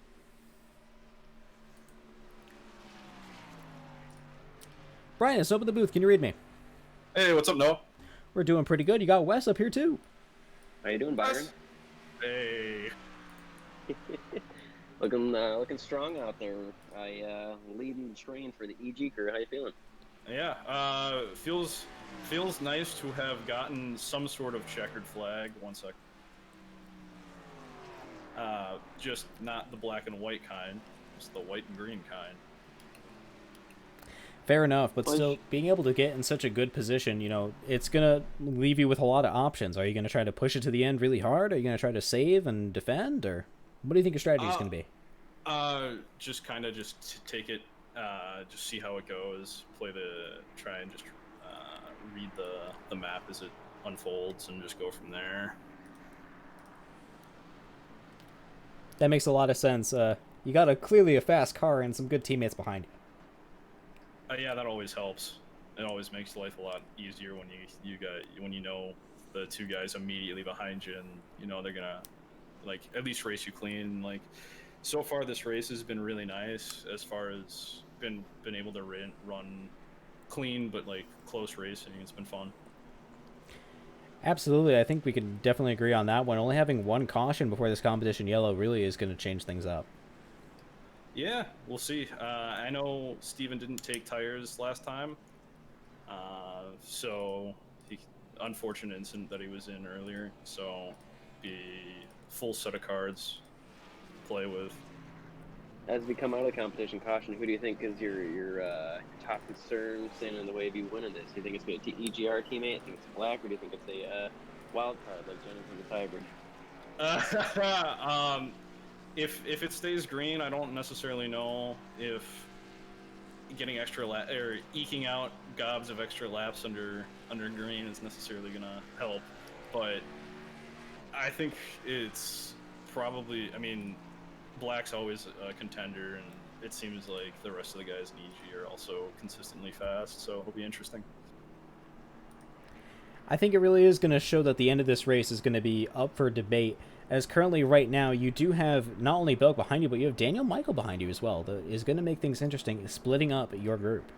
Yeah, Daniel's been quick, and like he's been running. I'll say he's got some iron will running consistently as high to the wall as he has been, but it's been paying off for him. So yeah, he's fast, so it'll be interesting. You had some issues on pit road in our last race at Talladega. Did you have any other concerns, or do you think that you got everything squared away? You're just gonna make a good run to the finish here. Well, if I can minimize mistakes like that, I think we can make a good run to the end. So. I was told you have a brighter pit box now. Did that help any under this recent caution? That and the fact that iRacing illuminates the pit boards now, or because it's night, that really helps. Both of those things are at least in my favor this time. Having seen and made your pit board, I can speak to its gloriousness and its colors. Yes, it is bright and vibrant. That is the Fratman one, correct? It's Derpy Batman. Derpy Batman, yes. I got to see that one a little bit before the stream started. We're gonna have to make sure we take a look at it again, maybe once the race is a little bit further on, and maybe if we see another caution. Okay, sounds good. All right. Well, I also recently heard a rumor that I started that you love puppies, contrary to Black, who I heard hates puppies. Could you comment on that a little bit further? I mean, if he really hates puppies, that's really unfortunate, because puppies are like the fluffiest, cutest things in the world. So that would be quite unfortunate. That's what I'm thinking. You didn't comment on whether you like puppies though, which is a little concerning though. Well, I thought I made it quite clear that they're the fluffiest, cutest things in the world. Hence, you danced around it though. You didn't use the words "I love puppies." I love puppies. There we go. Still felt a little forced, but I do appreciate it. Well, now we have it confirmed. That is going to be Brian Fredian that loves puppies, and Stephen Black hates them. And I think that's why Brian Fredian is leading this field, and Stephen Black is currently running in 8th. Guys, if you're watching this and don't have a favorite driver, I feel like it's a pretty easy choice. We have to boo Stephen Black like he's Kyle Busch and cheer on this Freddy guy. Like, unpopular. I guess we can go Chase Elliott, but he actually has more talent. Depending on where the comma was in that sentence, I don't know if it was an insult towards me or Chase Elliott. So. Oh, well, I guess you can take it the way you want. Be optimistic. All right, Brian, thank you very much for your time. Is there any final comments you want to say up here? I just want to thank everybody watching, and my family that's watching, and Lost Pro is. It means a lot. Yeah, that's it. All right, I'm sure we're going to be talking to you a little bit later, so thank you very much for your time, and we'll see you. Good luck, all right, sounds good. All right, that was Brian Freddy, and he's leading this field with that number 81 Toyota Camry, sponsored by, what sponsor is that? Victos. They are a clothing company. I believe they're based in Wisconsin, founded by a veteran. Gotcha. Okay, didn't know that. That's good to know. So there's another pro for Friday in there. He supports his veterans, and that's why he gets a fantastic launch as well. I can attest to the fact that he's going to have a very good Memorial Day team coming up here too. So keep an eye on that and head to Victos.com. It'll be relatively easy to spell. Good team take the lead here, but we do have a bunch of three wide action behind him too. They're running colors all over the place. Absolutely, we do. That's Greg Snellgrove, absolutely on the move. Launching from, I believe, 7th. Oh, they're spinning through turn number 4. They hold it, though. That is going to put a lot of guys killing their momentum and putting them a lot further back. That's giving Daniel Michael a chance, though, to try to catch Brian Fradien, and that's why he's on his outside now, as he's going to go around. There he is. That's Daniel Michael clear of Brian Fradien. Brian spoke to us when we were chatting with him about the 25 ability to run so close to the wall, and he showed it right there and just absolutely muscled by him on the outside. Absolutely, that is for sure. I'm surprised it worked so well in turn number 1. It's usually turn number 3 that riding that wall just absolutely moves you. So clearly there is going to be some good racing going on here. It's so fascinating to see at a track like Charlotte. Most of these cookie cutter 1.5 miles, especially on fresh tires, you want to just hook the left sides on that paint and just run them until they start to wear off, then move up the track. But the fact he can carry so much speed around the entire track on fresh tires against the wall, it's just an anomaly, it looks like. I think this is going to start turning into more of a Kansas-esque race, only with a quad oval instead of a tri-oval, where in that track you just run the high line the entire time, as much as possible, except for lap number 1. I think this is a very similar case. I would agree. I mean, watching how close they kind of cut down on the quad oval too is pretty fascinating. I mean, now that Michael's kind of taken off, he's starting to split the gap already on Fradien. I wonder how long he's going to be able to do it. Is he using his tires up a little bit too much, or is he in a good position to kind of break away like Black did earlier in the race? That is a good question, but now that we have Stephen Black, he's up into 4th, and he is going to be putting some pressure on both Fradien and Fiedler. Do you think that they're going to be able to handle it there, Wes? It'll definitely be interesting to see. Steven's shown to be obviously one of the faster folks in the league, if not the fastest. I would assume that they probably all took tires on that last stop. So this looks like it's going to be minimizing mistakes and then just showing talent. We see Brandon just making the bottom line work, like I was speaking to. Absolutely. I mean, he's gotten himself up into 2nd position now, trying to trail Daniel Michael as much as he can. He's closing that gap just a bit much, which is helping O'Connor. Yeah, but you have to wonder what he did to his tires running that line. Even just a couple of laps like that, I assume he's probably running full throttle, like I spoke to earlier. Momentum-based racing. He's going to have to speed him up quite a bit running the bottom there. You see him move up a little bit, trying to clear the air a little bit on the 25 so he can break the draft and break this little bubble. Well, we're going to have to see how that continues on because we just got the caution coming out. Well, that's going to be a interesting little shakeup here.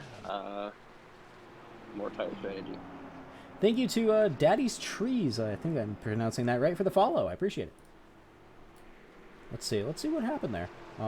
Trees with a Z, you know, those are some cool trees. All right, I'm getting a notification that Greg went off track, so we're going to take a look at that and see what happened.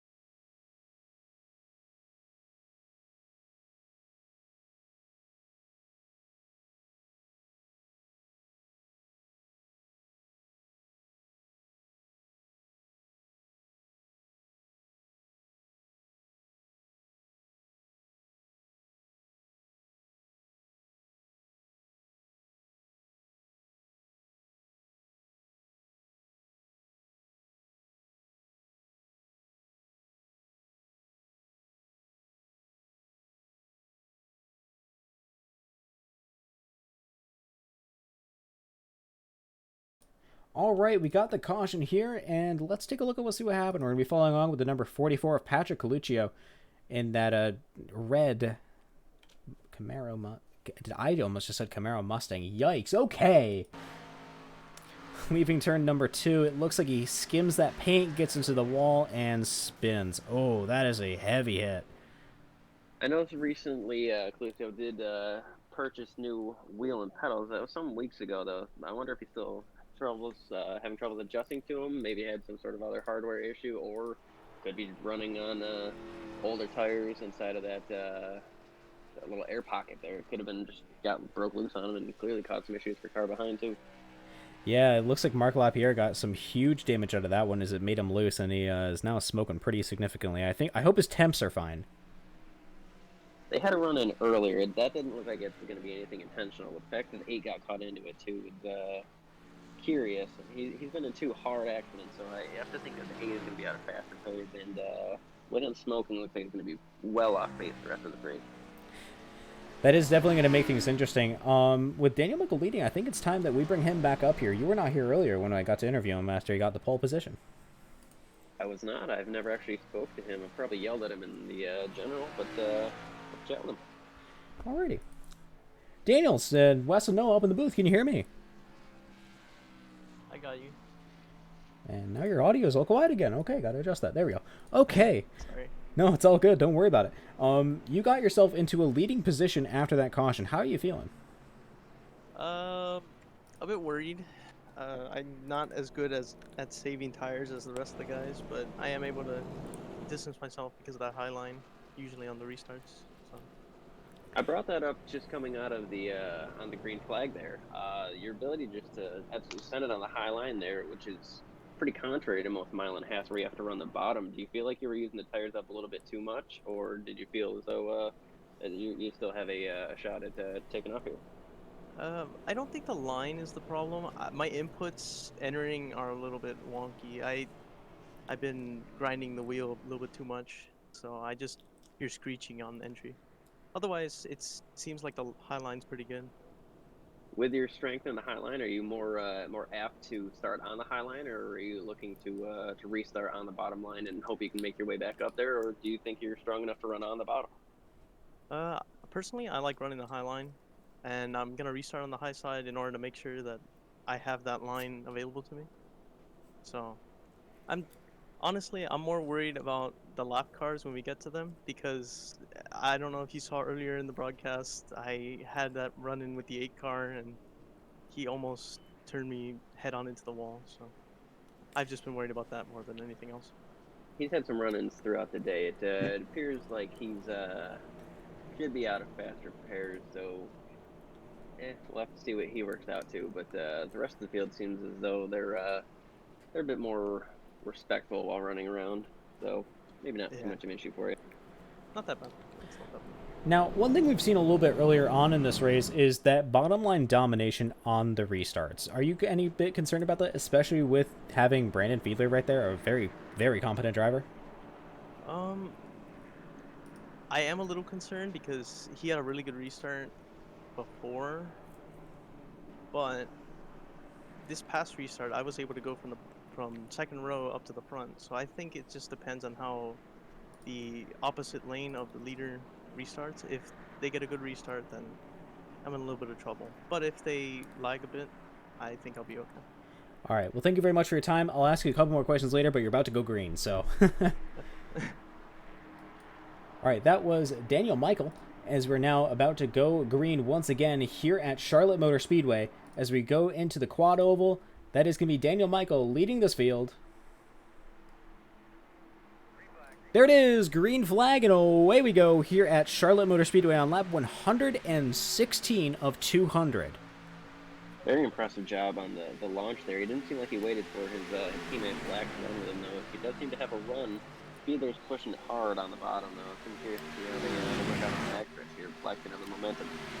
You see, like I said, that bottom line domination that comes in on restarts, even Daniel, as soon as he got that fantastic launch he had, he moved down to the bottom just because it's faster when you're at a slower speed. It'd be fascinating to see what Brandon's strategy is here. I would assume they're expecting a longer run. Is he going to just eventually give up here and just jump in behind Black like he did and try to save tires? No, he's diving deep too. Yeah, honestly, that is a really good question, just with how often these guys are moving, and you can see just how fast everyone is going right now, trying to really make as many moves as possible. Yeah, restarts have always been hectic, especially in real life racing with its package, and this iRacing definitely is no different. It doesn't seem as close, but you're seeing cars diving all over the place. restarts is the best spot to try to gain ground without having to get up too much of your tires. That's Richard Drake now moving into 5th position after Jeffrey Belk, who looks like he was having a bit of troubles on the high side. It looks like Jeffrey's just going a little bit slower, or it's just Richard that is trying to run that bottom lane as much as possible with his fresh tires.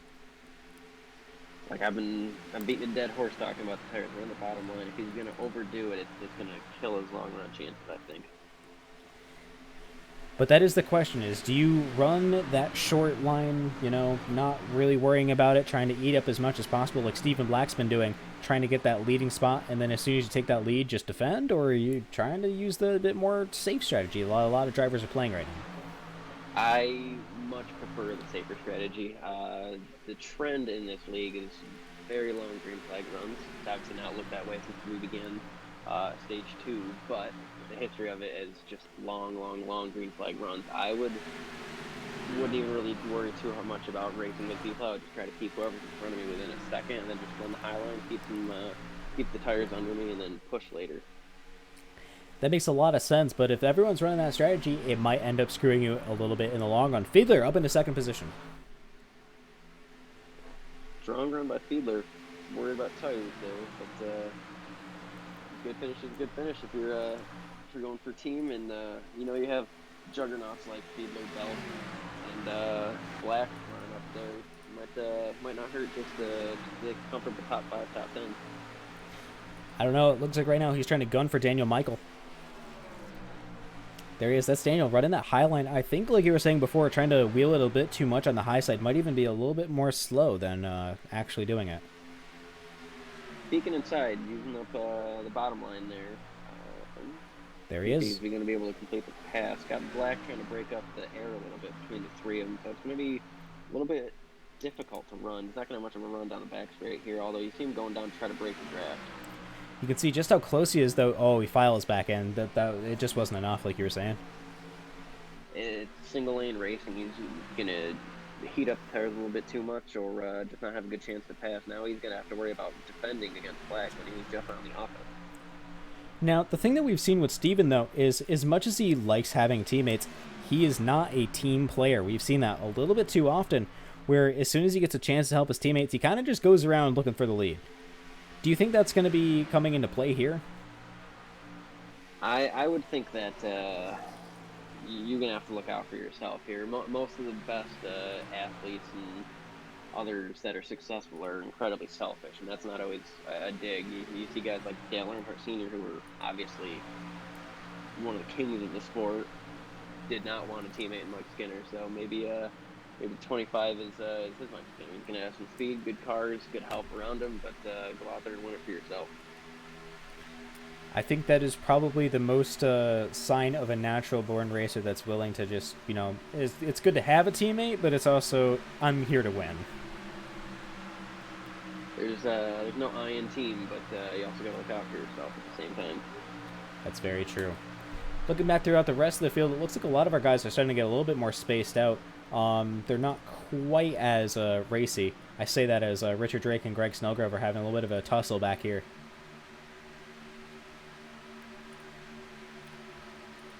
Of course, as soon as I say that, they go back to running single file. It's like a bit of a rough entry there in the 22.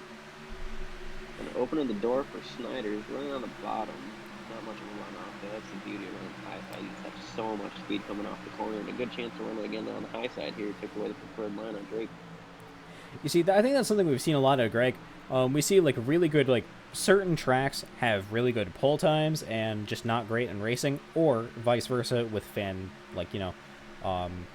awful pull times with like just really good racing. And I think this one is going to be one of his more mediocre tracks where he qualified like really well. But you can see here, as many as like great things as he has, sometimes some of his corner entries or exits are just not great. Yeah, it's just kind of consistency you see throughout a race that you need to show. He's an incredibly talented, fast racer, but just doesn't seem to get the results, and it could speak to just small lapses in attention throughout a race. Absolutely. I mean, we know that Greg is one of the guys that helps out a lot with managing waves and clearing cautions and stuff, because iRacing is not perfect and can give you some BS ones every now and then. So I think that might be part of the reason why he just dives down to the low line for no reason sometimes. I'm curious of his opinion on puppies. He seems like a guy who's very indifferent to him. I see him not liking, but not loving him either. You know, we might have to ask him a little bit later on to see how he feels about puppies. Yeah, that's a good judge of character. It is. How do you think Michael Jennings feels about puppies? I feel like he's more of a cat guy. I could see him having a hairless cat. Exclusively because he runs a hybrid in NASCAR? Yeah, I see him wearing a drug rug, hopping in his hybrid, and then petting a hairless cat in Victory Lane. He doesn't like any of my antics when I'm trashing Stephen Black after races, so he seems like a no-nonsense kind of guy. A hairless cat seems a little more his speed than a happy Labrador jumping around. It looks like we're having a problem with, that is Paul Ems right there, who just dived down the track and then shot back up, almost taking out Patrick Coluccio. That's Patrick skimming the wall just a little bit there as Paul pushes him up into the wall. I wonder if something happened to their voice chat over there. Curious, yeah, that was definitely weird looking. Neither of them are very experienced oval guys. Patrick's a dirt guy, kind of coming over to the oval side. Ems is just a newer racer. He's obviously shown a ton of speed, but a little green sometimes. I think that's fair enough, and that's something you can say a lot about guys in these kind of races is they can be experienced as possible, but sometimes you can just be a little bit green when it comes to a different type of racing. But a different type of racing that Stephen Black is not familiar to is leading in an oval race, because we see it all the time here over on CASCAR, which is why he is the title sponsor of the series, which means you should check out Black Designs. Even though he may not like puppies, he did pay for it. So, make sure you check out Black Designs and get your iRacing designs today and all your logo needs. Typically, just for a small chance at a dig, I would probably throw in another design group, but I don't have time for that, so I guess you can check them out. I understand, but being up here, I do have to say that you have to check out Black Designs. He makes some fantastic paints. We've seen that before. It's not a dig on anyone else for not making them. It's just, it's what he does, and that's his business he wants to create, and that's the kind of advertising he does. Not a lot of puppies on him, though. Shocked. I'm shocked. We're seeing a lot of good racing through the field. We were running at 3 wide for, I think it was like 3 through 5th and 6th. There's some nice close racing. Fiedler's falling like a rock. Brady wins all the way to P3, and Valk is continuing to fight through, and Rational Richard Drake, I do believe that is. No. Rational Richard Drake is running currently in 9th and is pretty far back. Okay, that looks like that's Hunter Peach right there. He's coming up on Greg Snowgrove, trying to get by the number 39. I wonder what's going on with the 39. He absolutely fell off. His consistency, maybe hit the wall. That he seems way off pace right now. He does, but also I think that block that he just did going down to the center lane is not helping either. Sometimes those moves just like that, as much as they may help keep the person behind you not passing, it also can create absolute hell, not only for your tires, but also your momentum. You'll see the gap he's getting on Jeffrey on the car in front. He's going to be losing a lot of his drafting abilities, especially with the car on the quarter panel. As Snowgrove looks inside, that's not going to help him. Snowgrove's going for the slide job. Can he undercut him? He goes for the undercut. Or does he have to drive off? He can cut down on the straight. He does a little bit. Here we can go back a little bit there. We can see the gap between them, how it's been constantly changing, very close. Some incredible racing right here. They both look like they're driving angry. They're mad. They're both mad at something, and they're taking out on each other here. I know Greg just recently had another kid with his wife, so I'm pretty sure that might be part of it. Congrats on the stuff. Congrats on the child, I guess. The the human spawn, understood. Still, it looks like right now, I think Greg is going to let Hunter give it a try as well, because it looks like it's a little bit too much for him right now, as that is going to be Jeffrey Bell going by Daniel Michael and Ryan Fradian. Definitely showing speed. See if he's got anything for Black. Should be on same tire strategy at this point, so it's all going to be coming down to speed here. Almost a second and a half gap. Let's see if Black used any of the stuff up or if Buck's got anything for him. You know, when we were talking to him a little bit earlier on, we did talk about like how he's just been completely just chewing his stuff up and trying to defend, and it's been working so far. But what kind of lap do you think he's going to be pitting in on? Oh boy, I have not paid close enough attention to their pit strategy. My understanding is they think they can go close between 30 and 40-ish laps. So I would think that they'd be coming soon. The pace laps definitely affected that, but I would think that we're going to see teams starting to split off soon. Now, a good question here would be, is EG going to try to work together and pit together again, or are they in enough different kind of spots where it'd be better to work with someone else? I think that they're going to work together as a team almost no matter what happens. Maybe they'll split up and try to lead another lap individually for just point's sake if Black comes in, but if they're not in a position to gain any extra points or anything like that, I think they'll all three will peel off together. Snellgrove and Fiedler fighting really close here. Snellgrove is able to get by. However, Fiedler has been very close and is not giving him any room at all. You can see this gaggle of cars up here. Man, I hate using that word. I'm sorry. Hunter Peach right now also trying to make some moves as well. I think he just moved Daniel Michael up into that high lane. He's going to try to use that bottom to get through. I don't know if it's going to be too successful for him, as now he is going to be having a run from that outside lane, but it looks like he might just try to slam the door on him. He wanted to go for the slide job, but didn't have a chance at it, and then Michael chased him all the way down the track. Try not to give him a good entrance, but it looks like that kind of screwed up the 25 more than anything. It's not going to go around him on the outside. It looks like now he's going to be taking his time to pit as well. That is going to be just him in the pits, though. That might be a massive, massive fail, as being by yourself can sometimes really hurt, even at tracks that are 1.5 miles.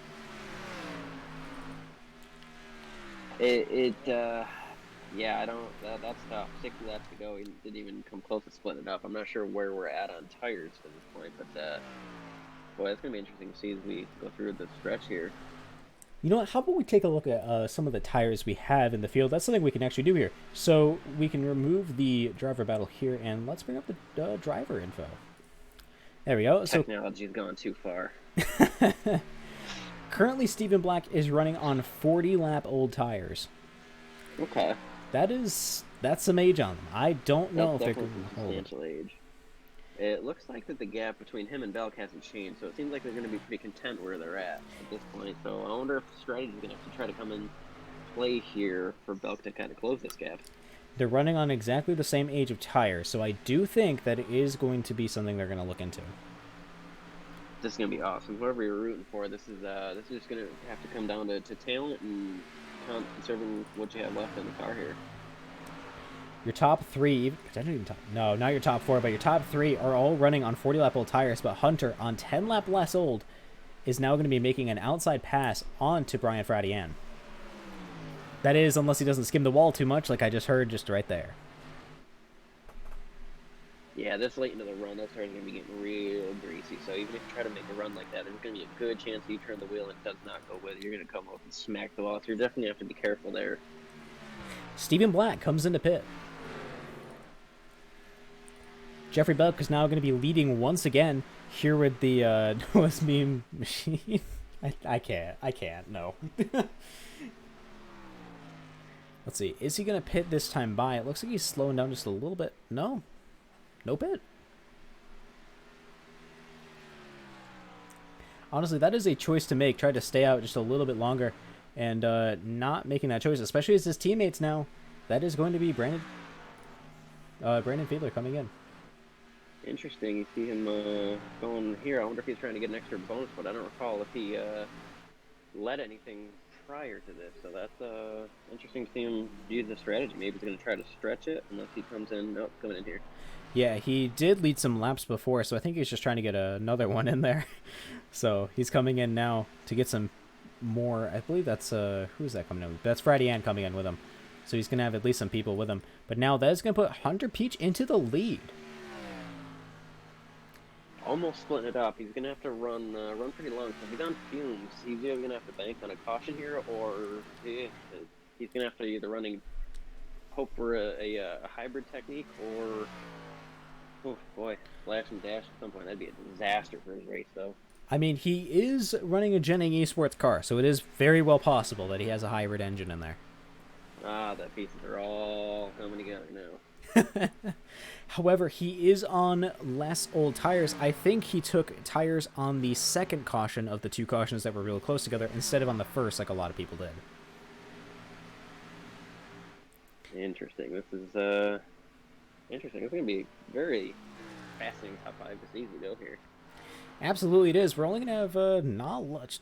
Honestly, this race is coming down to the wire here. Just with how many people are going to be all up together with different pit strategies. So to our viewers out there, make sure you tell us what you think the right kind of strategy is and who you think is going to win this race. It'd be interesting to see. As currently, Peach, Snellgrove, and Mundell are your top 3, and each of them are on a little bit less old tires. I'm curious to see who you got your money on going here for the last 50, you know? Honestly, that is a great question, and, you know, I don't know. This is a real big toss-up. I think we've seen Stephen Black absolutely destroy the field with how fast he can be with this track. We saw that in the beginning run. But also, we've seen a lot of the EG guys with their teamwork coming in together to really pull something off, but also the great white, kind of top drivers like Greg are able to just come out of nowhere. Truth be told, I have no idea who's going to win this thing. It looks like Greg's going to try to split this in half, so he's going to be giving up a lot of time now to try to gain it and kind of try to push it here. So if he can make it to lap 151, he theoretically should be able to make it to the end on this, which, if that's what Hunter's doing, it could come down to those two, but you've also obviously seen a ridiculous amount of speed from the 3 main EG folk and Black. I think it is going to be a real question going forward of who on their right strategy took fuel and who didn't. If Hunter and Greg both took fuel, then they are kind of set up until around lap 1, maybe 160-ish. Their tires are at that point going to be around almost 50 laps old, so they're going to be completely chewed up. But it is going to keep them ahead for quite a while, especially when they have almost a 30-second gap to drivers like Stephen Black and Daniel Michael. It's also worth mentioning what a disaster would be right now if a caution were to fall. I mean, you see so much of the field from 9th on back of the lap down. You see Falco unlapping himself. So, okay, there he comes in now. That's exactly what I was thinking. Lap 151, so you have to go another 50 laps on this. That seems like probably the best strategy if you're trying to split it up here. But now when is the caution going to be most beneficial? That is a real question. Well, you wanted it while everyone was still a lap down. Once all these cars started unlapping themselves, and you have to come in, it's kind of a moot point. I think he's either just trying to maximize what he can while he's out there, and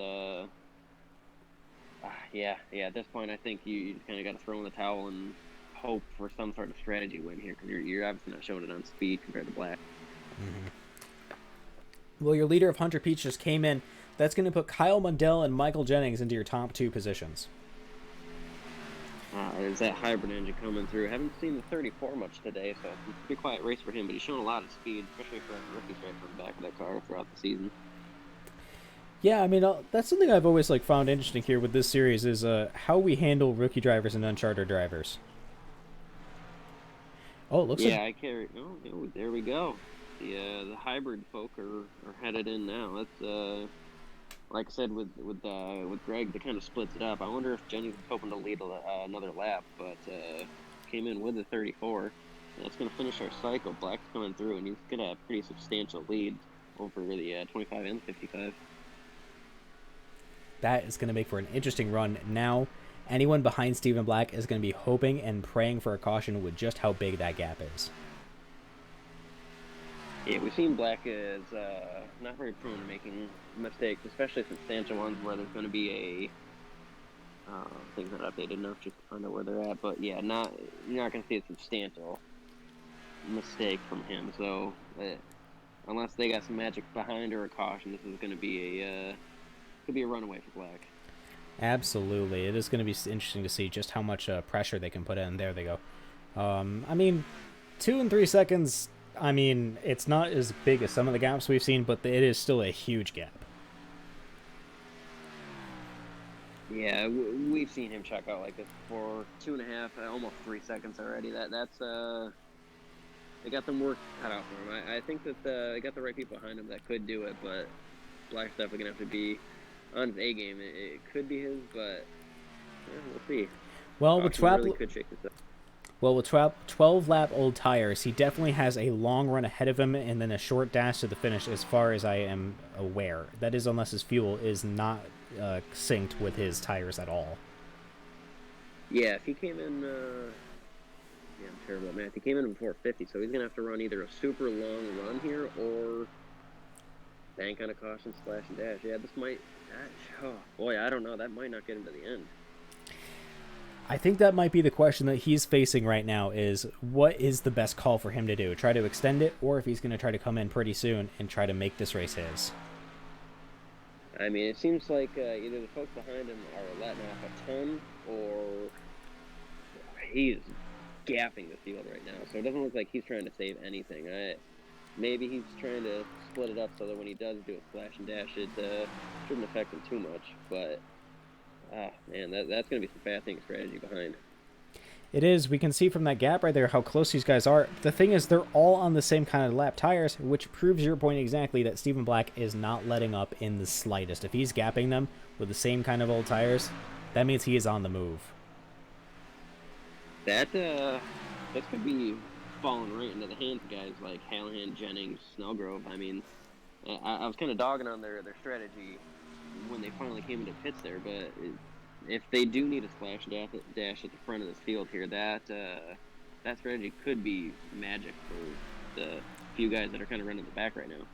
The hybrid engine has worked for Jennings in the past. I know at least twice. So we're going to see if that's going to play out again here. He's currently running in 13th position, so I don't know.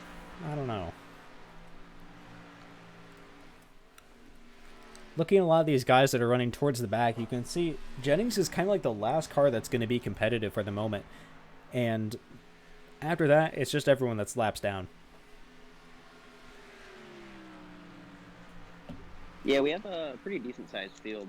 Like I said earlier in the chat, it's quality over quantity. We still do have pretty good numbers, and at this point we only have, looks like, 4, 5, 6 maybe people actually off pace, and everyone else is pretty much in this thing with the fuel strategy. So could be a winner anywhere between 1st and 13th. And that is what is going to make all of this absolutely fascinating, knowing that so many people are just ready to be competitive with each other at a moment's notice with just how the strategy is going to play out. We've only had, 3 cautions at this point, minus the competition? Yeah, 3 or 4, and most of them seem to revolve around the same few people. They're either out of the race or off pace at this point, so I would put my money on we're doing great here. Green flag racing. Absolutely. Green flag racing it is all the way. We can see now we're kind of getting to that moment where we're not quite ready for pit strategy, but we're not quite at the moment where everyone's all bunched up either. It's definitely got to be in the back of their head, though. Oh, 100%. If it's not in the back of your head, you're not thinking about what to do next. You are completely just shooting yourself in the foot. Yeah, man, it's got to be so scary pitting a couple laps early. If you can't go 60 laps on fuel, or, tires, you can probably limp to the end. If you can't go 60 laps on fuel, then, boy, that's got to be really, really tough to take that pit stop so early, knowing that you're pretty much screwed. Absolutely. Stephen Black at the moment is currently running a 31.2s. That is pretty slow. That's almost 2 seconds off of his original pace. So we take a look at his driver info now. He's on only 19 lap old tires. I think he's hit that. It's hard to imagine that's all tire fall off. He's already lost a second to the car behind Belk, so I got to think maybe he's trying to save here. He's starting to really realize the situation he's in. I would guess, unless he's been in a situation, but the gap's maintaining at this point. I'm not sure, because a lot of people looking on this little chart I have are all running at very similar paces to him. They're all running at about 31.2-ish. Well, perhaps we're seeing a tire fall off. It's pretty significant. Either way, we're seeing Belk gain on him. It's small, but there's been some headway made from 55. Absolutely. That 55 machine has been on a move so far. He started in 9th and is up into 2nd position. He's clearly on a mission to do something here. we saw him leading for a good bit earlier. Kind of got caught up in a interesting situation with the lap car. And it seems like he's been driving with a vengeance ever since. And it looks like right now he's the only one that has anything to say for that 98 car. For real, seriously, that gap that he has between him and Daniel Michael is just absolutely insane. The question is do you think that not being up in a giant pack like that has actually helped instead of hurt? You know, we talk about like needing that draft to help really boost your car speed and all this other stuff. Maybe in this situation, it's not the right way to go. I mean, if everyone's spread out like that, then it's an equal playing field. Normally, I would agree with obviously the draft are going to be a bit quicker, but Black looks like he, aside from the occasional lap car, is going to be running in the same situation as Belk is. So I really wouldn't stress about that specific thing a little too much. Gotcha. Okay. Yeah, I mean, that makes sense. A lot of these guys, like I said before, are just running very similar lap times. I think they're just trying to buckle down and get some laps in at the moment. Yeah, it's still part of the point of the race where you kind of just got to keep riding, but we're starting to see a twilight in the lap here, so they're definitely ticking down. We got a little over about 35-ish laps, and yeah, you got to start really planning on what your final move is here, and you also got to kind of set your expectations, your realistic goals for the rest of this. If you're running further back and have a bad strategy, then you just kind of have to start swallowing your tickets and realize where you might be if there's no caution. One of the things that I wonder is, I wonder how exhaustion is playing into this right now. We've been streaming for almost 2 hours at this point. So I mean, this race is going on for, I'd say, probably around an hour 45. These guys got to be tired at this point, especially if you're running high force feedback because you got a nice wheel like Steven does. You've got to get your arms tired at this point. I think you get a little bit of fatigue setting in your body, but you're so locked in a rhythm that I don't really think that it's going to affect you. When we ran at Texas and everything like that, it went green almost the entire race, and you're kind of fighting the wheel quite a bit, trying to just stay on the bottom lane as much as possible. And there we go. Now I feel a lot better. This race is a bit longer than most of the ones we run. It's kind of their play on the Coke 600, but even to that, I really don't think it's going to be too much of an issue. It's you're obviously going to be getting a little sore, but at the same time, it's what we do with sim racers. That is fair enough. At least you don't have to deal with the constant pressure of trying to go up to 3 stories high, then back down, all within 30 seconds of each other. Exactly. I mean, if you're we know Black is full of cucumber most of the time, but with the gap starting to close between him and Belk, you can obviously tell that Jeff is running as hard as he can. So if there's pressure on anybody, it's probably going to be mostly on the 98 and the 55. So I would say they're probably just energy here. Well, looking at how close they are, it definitely is going to do something. And to help them get through all this time, they've absolutely had to use some black designs. I know Jeffrey Belk probably hasn't, but that's okay. He's got a beautiful mug on there, but I don't think the genius that is Stephen Black could come up with something that good, though. Regardless, Black Designs has sponsored the CASCAR series and is doing the CASCAR Cup series. So we thank Black Designs for being a gracious sponsor and for letting us do a great season like this one. Plenty of his designs on, in, and around the stream. They're all fantastic. Absolutely they are. Even the little logos we get on the stream, including that bottom right one with the World 300, Steven does those too. So if you need your design needs, whether it be for your new logo or whether it be for your iRacing paint, make sure you contact Stephen Black with Black Designs. I'm sorry that you have to listen to this, Wes. I'm sure every single time it just makes you die a little bit inside. Yeah, I was gagging a little bit. I had to mute while I was trying to not to dry heave. Well, I think great designs if you can get past the PR issue of hating puppies. I don't know. We'll have to see. You know, we didn't ask, how does Jeffrey Belk feel about puppies? Yeah, we didn't ask the 25 when we had him up here either. I had it on my mind, but we ran out of time. We did. Sadly, I believe the number 25 of Daniel Michael had to leave at this point to go on to another league race. He said earlier on. Greener pastures. He said that he said that he's in a paid league and they have a race tonight, so I think he had to leave a bit early to attend that one. Understandable. Unfortunately, he had to leave early. You run into that issue with longer races than you usually sign up for, like this here with the fake Coke 600. Well, someone just redeemed in our chat the give airtime to the person in last place, so here we are. This is Marc Lapierre, currently running in 16th place. He is currently 52 laps down with that number 8 Kenny Drugs Chevrolet Camaro. Look at that team go. They are just... the fire suits on those guys in the background look fantastic. Teamwork. Lead follower, get out of the way. That's completely the wrong quote, but you get it. I mean, I will say at least that I really do like Mark's paint here, and just the ability to keep everything all together. You know, having the Kenny Drugs driver suit, and that applies to yourself as well, and then just having a really nice paint scheme for it. It does make a difference. I feel like he would have a ferret. What? Like a ferret. I don't think he... If you ask him about dogs, I feel like he wouldn't really care. I feel like he would just have one of those little weasel ferret things. Like a ferret guy. A ferret guy. We'll have to ask that. The next person we bring up is, are you a puppy kind of guy that loves puppies, or are you a ferret kind of person? Yeah. I had a friend growing up that his sister had ferrets, and they would just walk around the house like dogs, and it was just the weirdest little thing, seeing a weasel walk around in the corner of your eye. So strange. Yeah, I can see him being a ferret guy. It'll hiss at you. You know what?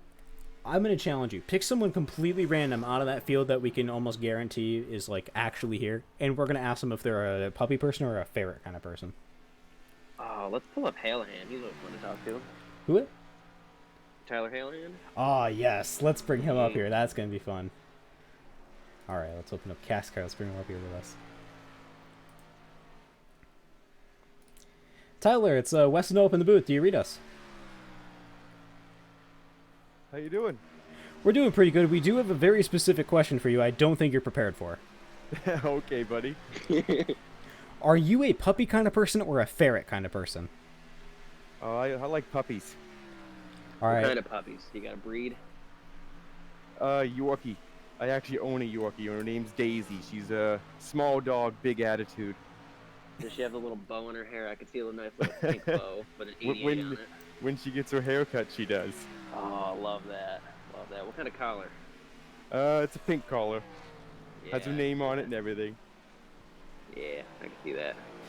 Well, What's your opinion on ferrets? Who do you think in this Ferrets? field would be the #1 person with a ferret?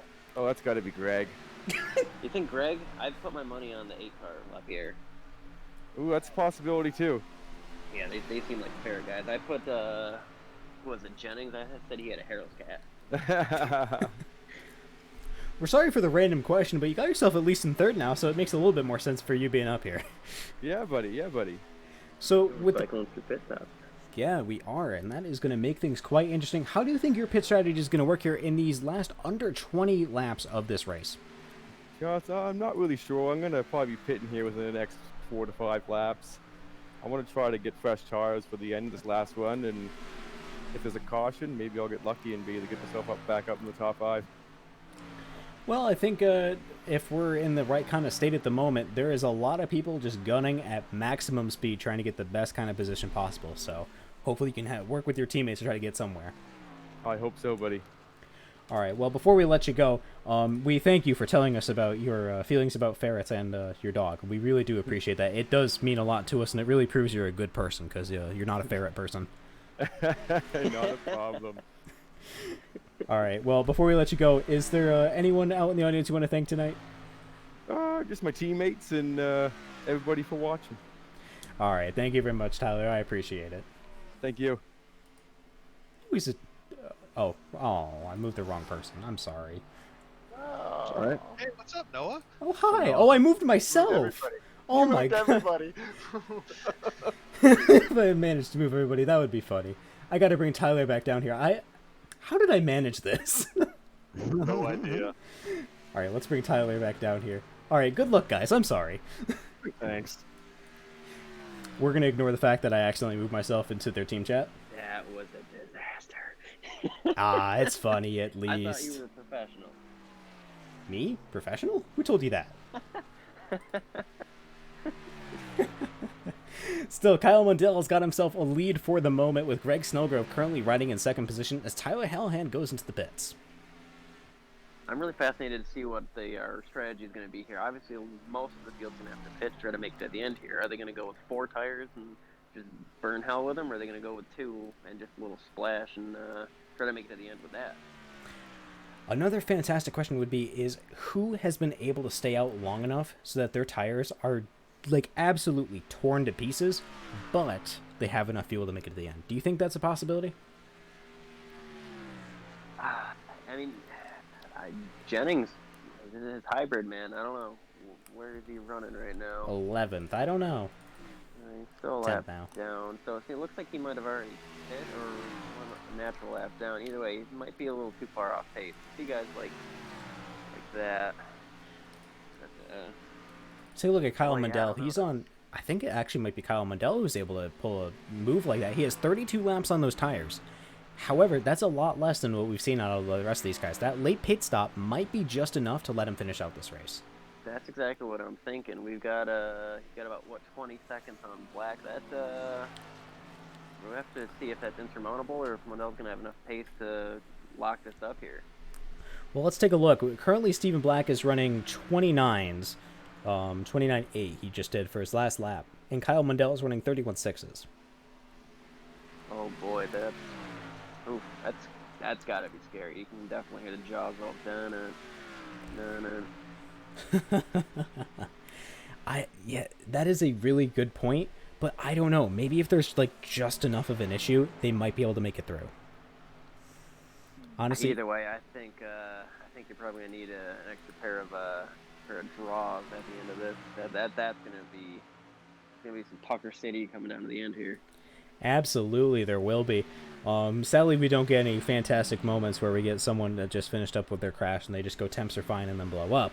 But I think it's going to be okay with just how the strategy's working out. Let's check out Greg as well. He's in a very similar situation, just a little bit older tires. He's on 36 old. I don't know if they have enough fuel. I don't. If I recall, they went from the comp caution to a little after 150, but there were caution flagged there. So, oh man, even if they do make it, I really, really, really worry about that gap right now. It's only a couple seconds between him and Black, and he's coming with a head full of steam. I even if they do make it, I have some. Oh, here goes Greg. Yep, Greg's in the pits now. Mundell continues to stay out for the moment. Stephen Black closing that gap down to 14 seconds. We're going to see after he comes across this line just how much that's going to drop. You can see just how much is like on the left-hand side. There it goes. There it goes. It's going. Especially in the turns.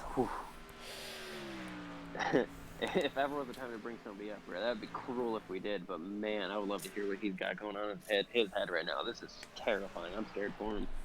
Yeah, I don't know if I'm going to bring it. Oh, he's coming out of the pits now. He saw it. I don't think there's any way he didn't. Yeah, that's tough to do. I mean, if he could make it, I probably still would have stayed out and try to bleed what you can. You could probably still get a top 5 out of it, but he was just giving up way too much time. There's no way he could have won, even if he was good on fuel. Yeah, it's just a real question of, like, where do you think he really would have finished if he had stayed out? But, I mean, we saw just how quickly Stephen Black was able to catch up. I don't know if he could have made it very far. Based on where the field is, I honestly would call him top 7 at the very least, which is pretty comfortable finish. Oh, yeah, it is. I mean, especially for Mundell, who usually finishes around that kind of position anyway. That's pretty good for his points. And his battle for Rookie of the Year over that Adonis of a man in the 9 car who had to pull out, and the 81 of Fratty N. I think their Rookie of the Year competition is going to be pretty fascinating going closing out the season.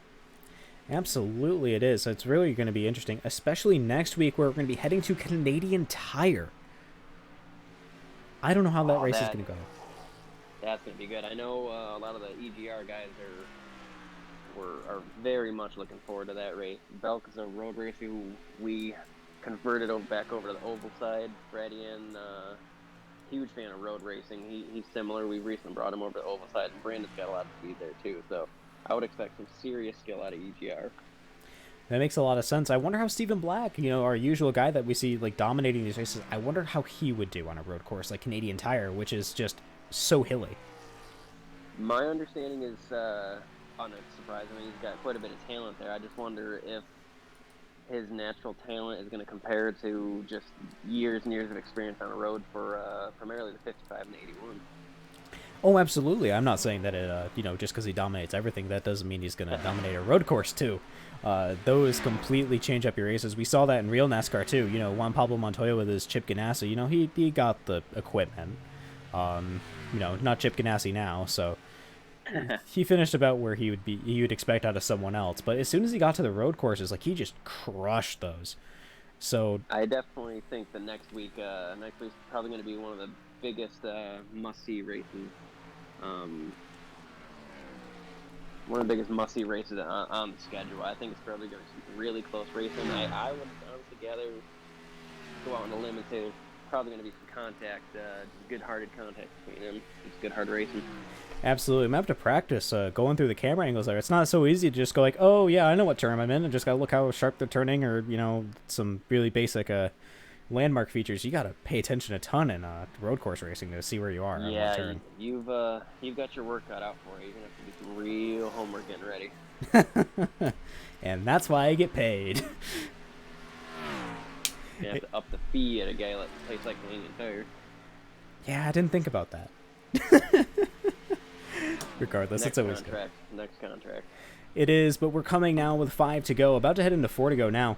Stephen Black continues to lead, and he's continuing to grow that lead on Jeffrey Belk and his Black Designs number 98, promoting his Twitch there. I hope some of you guys go check him out, because he's pretty good at that kind of stuff. My confidence in the Noah's Mean Machine is dwindling. As much as I'd love to see your gorgeous mug in victory lane, I'm losing my optimism, which is pretty hard to do. I mean, we can take a little big look out of it there on the stream. It's a paint, that's for sure. Who needs I don't remember if he had a name, that Aaron's dog. Who needs that when you got that? I mean, wow. Should I try to be the Aaron's mascot now? I'll just send that facial shot in. Yeah, I have the files. I can pass that along there. That's gonna be my new profession now. I'm gonna quit broadcasting and I'm gonna go be the mascot for Aaron's. We'll have to recreate some of the old commercials where somebody dresses up in a mascot of you, like they used to with the dog, and dance around in the background. Perfect. I could see no problems with this plan. Definitely not a waste of money. No, not at all. Still, that gap has continued to grow. It's now up to a second more than it was just a couple laps ago. However, your top 1-2 are the only ones in any kind of competitive spot, as Brian Fradian is 14 seconds back from the leader. Well, yeah, go for it. Oh, sorry.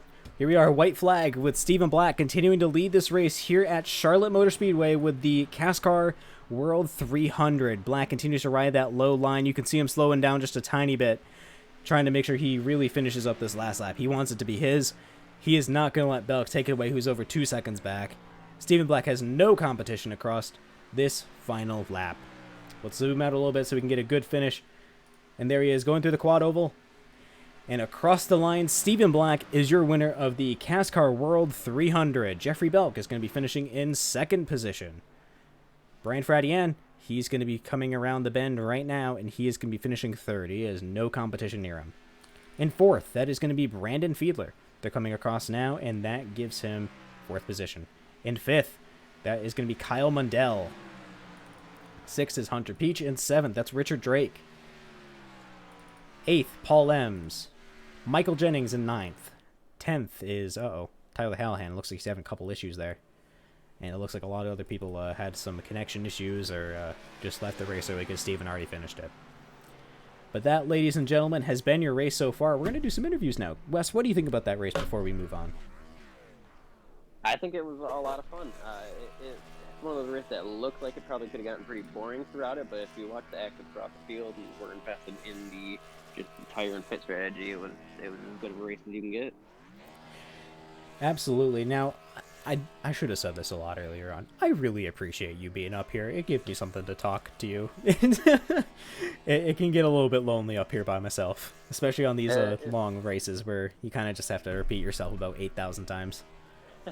It was my first time in the booth. I'm glad I didn't say anything that could get me in trouble, I think. I think you're pretty good had quite there. a bit of fun. All right. Well, now that the race is over and I'm glad that you had a good time, how about we bring up your third place finisher of, who was that? Brandon Fiedler. Let's bring him up. Are we looking for Fradian or Fiedler? Fradian. I'm sorry. I read that wrong. See, this is what happens. Especially when they both start with F's. Does not help. All right. Both from the same state. It gets really confusing. All right, let's get Fradian up here with us. Brian, is no one West up in the booth? Can you read us? Yes, I got you. Well, you just had a fantastic run to the finish and got yourself a third place. How does that feel? It feels really good. I mean, I'll never turn down a podium, let alone a top 5. So I'm really happy with it. Well, the thing that I'm seeing right here is there's a huge gap between you and Stephen Black, and Jeffrey was super close. What happened? So coming to the last pit stop, I took a little too much momentum coming into the corner. Had a hard time slowing it down. But I mean, those guys, both Steven and Jeff, were just so much better than the rest of us today. So it's good on them. I really like 1.5 mile tracks, but it's not like my homestead, I guess. So still a third position, and you did with how many how long the green flag run at the end went. It is really good that even with a issue like that, still being able to come back only 14 seconds back, that's not bad. Not at all. Yeah. I mean, I'll gladly take it. I mean, to be honest, this is the rookie stripes on the back of my car are legitimate rookie stripes. I don't think I may have done a couple of one-off cup races before, so this is my first full-time dip into regularly driving cup cars. So every race where I'm fast or in the top, I'll take even the top 10. I'm really happy about. To that point, though, you came from the road. We brought you over onto the oval side to race for EGR next week. We go to Canadian Tire, which I know you've been really looking forward to. Yeah, I am super excited to see what I can do there. But I know Jeff and Cody are also have a really deep pool of knowledge when it comes to roads. So, what do you think your chances are? I mean, I think my chances are pretty good. I'll be honest. I've been doing a lot of practice, so are you gonna call your shot though? Are you ready to call your shot though? Yeah, I'll call it. I'm gonna win next week. I like it. All right. Well, okay. That is a great bit of confidence, and I think that really is going to help you go into next week feeling a bit better too. Yeah, I do. I'm so excited to go up to Mosport and run the cup cars around there. I think it is absolutely going to provide an interesting race. And that's it provides a great question of, even though you just say that you this is your first full dip into asphalt oval racing, you're clearly doing a fantastic job. You're what, maybe top 7 in points? I don't know. I haven't looked at the points in a while. Yeah, right now I'm top 5 in points. So top 5. Okay, there it is. Yeah, so I'm really happy with where I am right now, and I'm really excited to see as the season continues and hopefully in the next, just where things go. Well, I used everything that I've taught him over the past couple months. Well, clearly it's paying off. No matter what strategies you've used, whether it be listening to less here or actually, trying to do your own practice and your own development. Smarter. still, it has ended up really well in your favor. It's scoring yourself a podium here, and having that road experience is really good for a place like Mosport, where that is not a kind of road course designed for Cup cars at all. No, it's gonna be real interesting going into turn 1 and then into the hairpin. Turn 2 and then into the hairpins. So it'll be interesting. I'm excited. It absolutely will be, and I know that we're excited up here. Wes, do you have any other questions for him? Oh crap! I don't have anything weird. What's your opinion of squirrels? Quickly. I mean, they're fun plinking targets, and the meat's not that bad. Oh, you made a sad route with it. Sorry. I think they're little tree ninjas, and they're fun to watch. That is true too. Especially on university campuses. Yes. Oh yeah, dude, I'm in New York right now. They're so fat and lovable. Yeah. All right. Well, thank you very much for your time, and congratulations on the top 3 finish. I'm sure that next week we're going to be bringing you back up here too. All right, sounds good. Look forward to it. Bye, Byron. Peace. All right. Now we're going to bring up your second place finisher of Jeffrey Belk. El Jefe. Now make sure you get a weird question ready. Oh yeah, I'll have to think on that now. Jeffrey, it's Nolan West on the booth. Do you read us? How you doing? We're doing pretty good. I think you're doing fantastic, as you just got yourself a second place finish. You're the closest person to Stephen Black out of this entire field. Yeah, heck of a race. I tried to do what I could. I tried to stay right there with him to that last pit stop and let him make the call, but unfortunately we just couldn't hang with him there at the very end. Sadly, that's the kind of thing that happens, Sometimes just that right time to burn up your tires just ends up being perfect on the track, but it can be just a little bit off for someone else. It's still within 2 seconds compared to the closest gap with him of being 14. That is insane. It clearly shows you got a lot of talent and a lot of speed in that car. Thank you very much. Now, I do have to say, I do appreciate the Noah's Meme machine. Is that going to be raced next week, or do you have a different paint planned? Maybe race next week. I have a newer, updated version of this that's based off the 2014 Brian Vickers car with the gold siding. Oh my God, no. That one out. I'm just waiting on Wes to get all the decals put on it, but as soon as that's done, I'll bring it out. Oh my God, that's perfect, because my number everywhere is 57, and Brian Vickers was the last guy to drive the 57. Oh, that's a good call.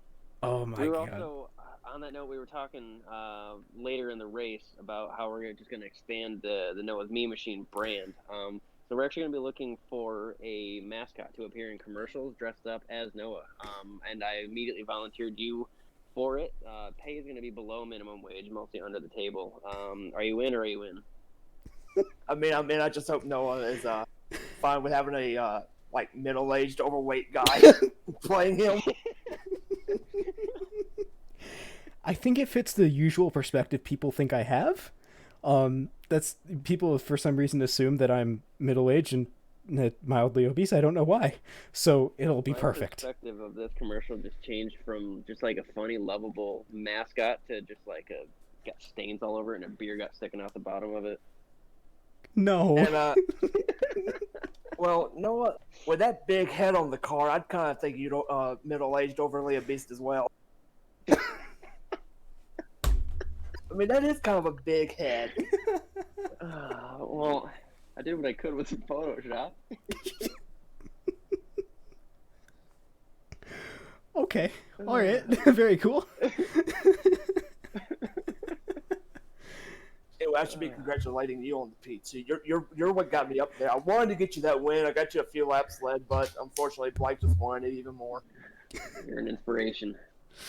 You know what? No, it's okay. No, I'm still going to congratulate you on the P2 as you're the driver of it. Well, it was fueled by you. What you don't know is we cloned you, put you under the hood, and really you were what was running the engine. You were just running under the car, your clone. All right, if you really want to win now, what you have to do is take a paint very similar to that. The Brian Vickers one, like mock, will look perfect, and then you got to put some Cheez-Its on it somewhere too. That'll guarantee you a win, or some Pepsi, or both. Both will get you a win for sure. Kind of like the carrot with the horse. There you go. Yes. Got to lure him into it somehow. Precisely. I didn't get a chance to ask you earlier. What's your opinion on puppies? There's a rumor that I heard recently that I also started that Stephen Black hates puppies, and he agreed, shockingly. I mean, I've also heard that you're asking everyone if they like puppies or ferrets, and I'm bigger on puppies, but seeing as I got guinea pigs, I kind of had to go off the chute and just say guinea pigs, because it's all we can have here. Guinea pigs are cute, but they're not weird little weasels. They're kind of little roly potatoes. I At think the it's a same time, little they more are kind of acceptable. weird. Their eyes are literally on the sides of their head. Are you they don't trying piss to at you like make the ferrets. case for them or make the case against them? Both. Okay. Yes. Well, we appreciate the response. Puppies are always great, but guinea pigs work too. It's better than hating puppies. That is true. What a guy. Stephen Black will get you. You're next. Well, thank you very much for your time. Congratulations, Jeffrey, on getting that second place position and being the closest person to close that gap. You did a fantastic job, and you really drove it well tonight. Thank you very much. Congrats to yourself as well for being on the car. Is there anyone out in the audience you want to thank tonight? As always, NASCAR Geek, Equipment Geek, Shock Sports Star, Wig Designs, everyone back at the shop, Wes, just for being around, you for broadcasting, everyone out there for watching. All right. Well, thank you very much. I'm sure everyone out there appreciates it, and we'll have to see you next time. Good cup of season. Hasta luego, jefe. Oh, you didn't let me finish. I'm sorry. I didn't think you were going to say anything. The slight delay. All right, let's get Steven up here with us. And you got your other weird questions ready other than hating puppies? I don't got a question, but I got a good statement. All right, fair enough. All right, hello, puppy hater. How are you doing? Just silence. Silence is What? discriminating. We're having fun, okay? I was having mic trouble earlier, so I had to fix it. So I'm not sure if it quit on me again or not. We're just going to lower that volume just a The internet tad. puppies are out here just hacking you. Well, Steven, you absolutely just crushed that race right at the end. How did you do it? Saving tires, hoping that pit strategy worked out at the end. I knew we were fast, but I was running a really bad steering ratio, and I was concerned I was burning up my stuff when Jeffrey started catching me. So just a lot of worry. But like I said, I was saving pretty good, I thought, and it looked like we had a little bit more at the end that I could push and lengthen the gap. But yeah, definitely concerned the whole race because as soon as we gridded up, I realized that I was still running a 12-1, and that's not very good for a mile and a half. So No. Going into the second to last pit stop, did you have any concerns about pit strategy with guys like Jennings being able to run so long? Were you worried that they were going to be able to pull off a sneaky victory on it, or were you confident the whole time that you had a shot to win it? I kind of thought that we'd come out back at least top two. I was more concerned about what Brian and Jeffrey were doing, basically, just because I mean, yeah, they'd have fresh tires with like 10 to go, but they were losing so much time on track before they came in, and it ended up not working out for them. So. You know, for completely dominating a race and having a gap to third place of 14.5 seconds, you don't sound very excited. No, I am. I just try to stay humble, you know. Wes is bringing that out of me, but or not bringing out the humble side of me, but I mean, if I could gloat, I can. But I try to just look forward to the next race and start getting ready for what's to come. And I mean, win is always nice, no matter where you're at. And it's just, you know, being able to say, hey, yeah, we won this race, but it's still a long season left to go. You're not even halfway in, but yeah, just gotta stay focused. That makes a lot of sense, and I think it is going to help you keep a really good competitive stance going forward for the rest of the season. But my main question to you right now is, coming up to our road course, is how confident are you at Mosport? I'm pretty confident. These cars run the low downforce package, and it's probably my favorite, obviously.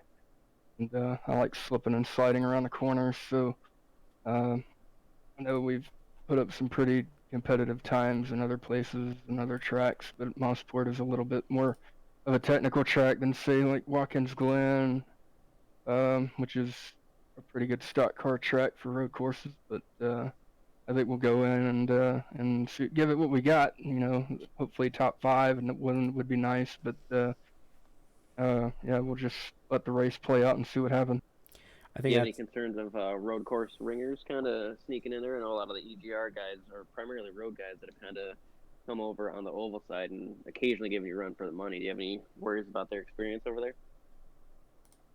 I've actually I hadn't run a road race on iRacing since or up until last year, and I've done a lot of the endurance stuff. I'm not as good as you guys are over at EG, but I don't know, it's helped me out a lot with the Cup car and knowing how it drives on the other tracks and like how it reacts to the corners and stuff. It's I think it's a added benefit just knowing how the oval car is, because it's a little bit different than driving a GT car or something like that, because it's 20,000 pounds of your retard. So, or sorry about that. easy there. We got to make sure that the stream remains family friendly. I apologize. Genuinely speaking, as a fan, not even relevant to my severe hatred for you and my fandom of PGR, I think next week is going to be one of the better races on the schedule. I do think there's going to be a lot of speed there, and the skill gap is going to be so close. I think it's going to be some good close racing. So regardless of what happens, I'm definitely excited to see what you guys can pull out at the road course. But on that note, I did recently hear another rumor come through the chat that I also made up during the race, that you don't use your blinker when you're driving your street car, whether you turn left, right, in any situation. Do you think that's going to affect your racing on the road course? You're right. I mean, these stock cars don't have blinkers, and when I do race a road race, I drive a BMW, so that little blinker switch just doesn't work. Even in real life, it's just I'll clear myself if I have to. Okay. Well, I think that you're going to be in for an interesting challenge with how many road course ringers there are coming to try to take away that spot from you. But sometimes this mixture of, not using your blinker and hating puppies, I don't know. I think someone might try to spin you at that race. Yeah, we'll see. I mean, I've already been spun out at Martinsville, and come back from that. But we'll take it in stride. We got wrecked tonight too. So came back. So I've got a habit. I'm like the Undertaker. You get buried alive and always comes back. I'm starting to notice a pattern here. Every time you get spun in a race, you win. Maybe people should just not spin me. He's like Kyle Busch. He's got the talent. He gets mad when he gets spun, and he's not very likable. Yeah. Yeah, I don't even like myself. But, Jeez, okay. But I'll be signing autographs if EG Racing wants to swing by the hauler before we pull out and get arrested at the Canadian border for having coke in the back. So Joke's on you. I snuck into your hauler during the race, and I've actually been wearing your underwear on my head for most of the race. I hope you're satisfied. I hope they aren't clean. They definitely are not. Just look for the skid mark, you'll find it. Well, yeah. When you coming back, Wes? You gotta get back on the track. Yeah, I don't know. I'll be here until at least the beginning of May or September, so we'll see. That's a very wide time frame to not know when you're coming back. That's a big question mark on my life. If I'm not mistaken, that's about a 4-month window. show up anytime between 2 weeks from now or October. So, prepare yourself. How many times am I going to get a broadcast partner, though? I find that important. Yeah, I don't know. I got out pretty early today, so hopefully I can show up for next week. I can think of more weird stuff to say. Perfect. Well, I just need to say this, I'm glad Wes was able to find a new intern spot after I let him go. Noah, thank you for picking him up. He works hard. He just dresses like a bum, but Crap! I'm wearing the exact same shirt right now too. What the hell? I am wearing my sleeveless Bubba Wallace Cash App shirt. That really bums me out. I think Noah's died of laughter. Just maybe. So, I just want to thank Noah for broadcasting the league, and he's put in a lot of hard work setting it up right, and it looks really good. I tune in, look at it when we're under yellow. The ticker's real nice. Glad we get a veteran like Wes Gallo in the booth as well. Like he's pretty much Darrell Waltrip up there, and Noah Walters like Mike Joyce. So shout out to Daniel Mitchell or Michelle, who start and parked it from third place, which is not benefiting us in team points. So Daniel, if you're still watching, thank you for that. And anyone that might be watching, getting really quiet. Oh. Good. Thanks for everyone that's watching too. Is there anyone else other than that you want to thank, Steven, or is that going to be it? Sylvan for being on the team, showing up every week and not parking it. I know we got some other guys that are supposed to be running on Cyclone, but they would rather be golfing or something on Sunday. So.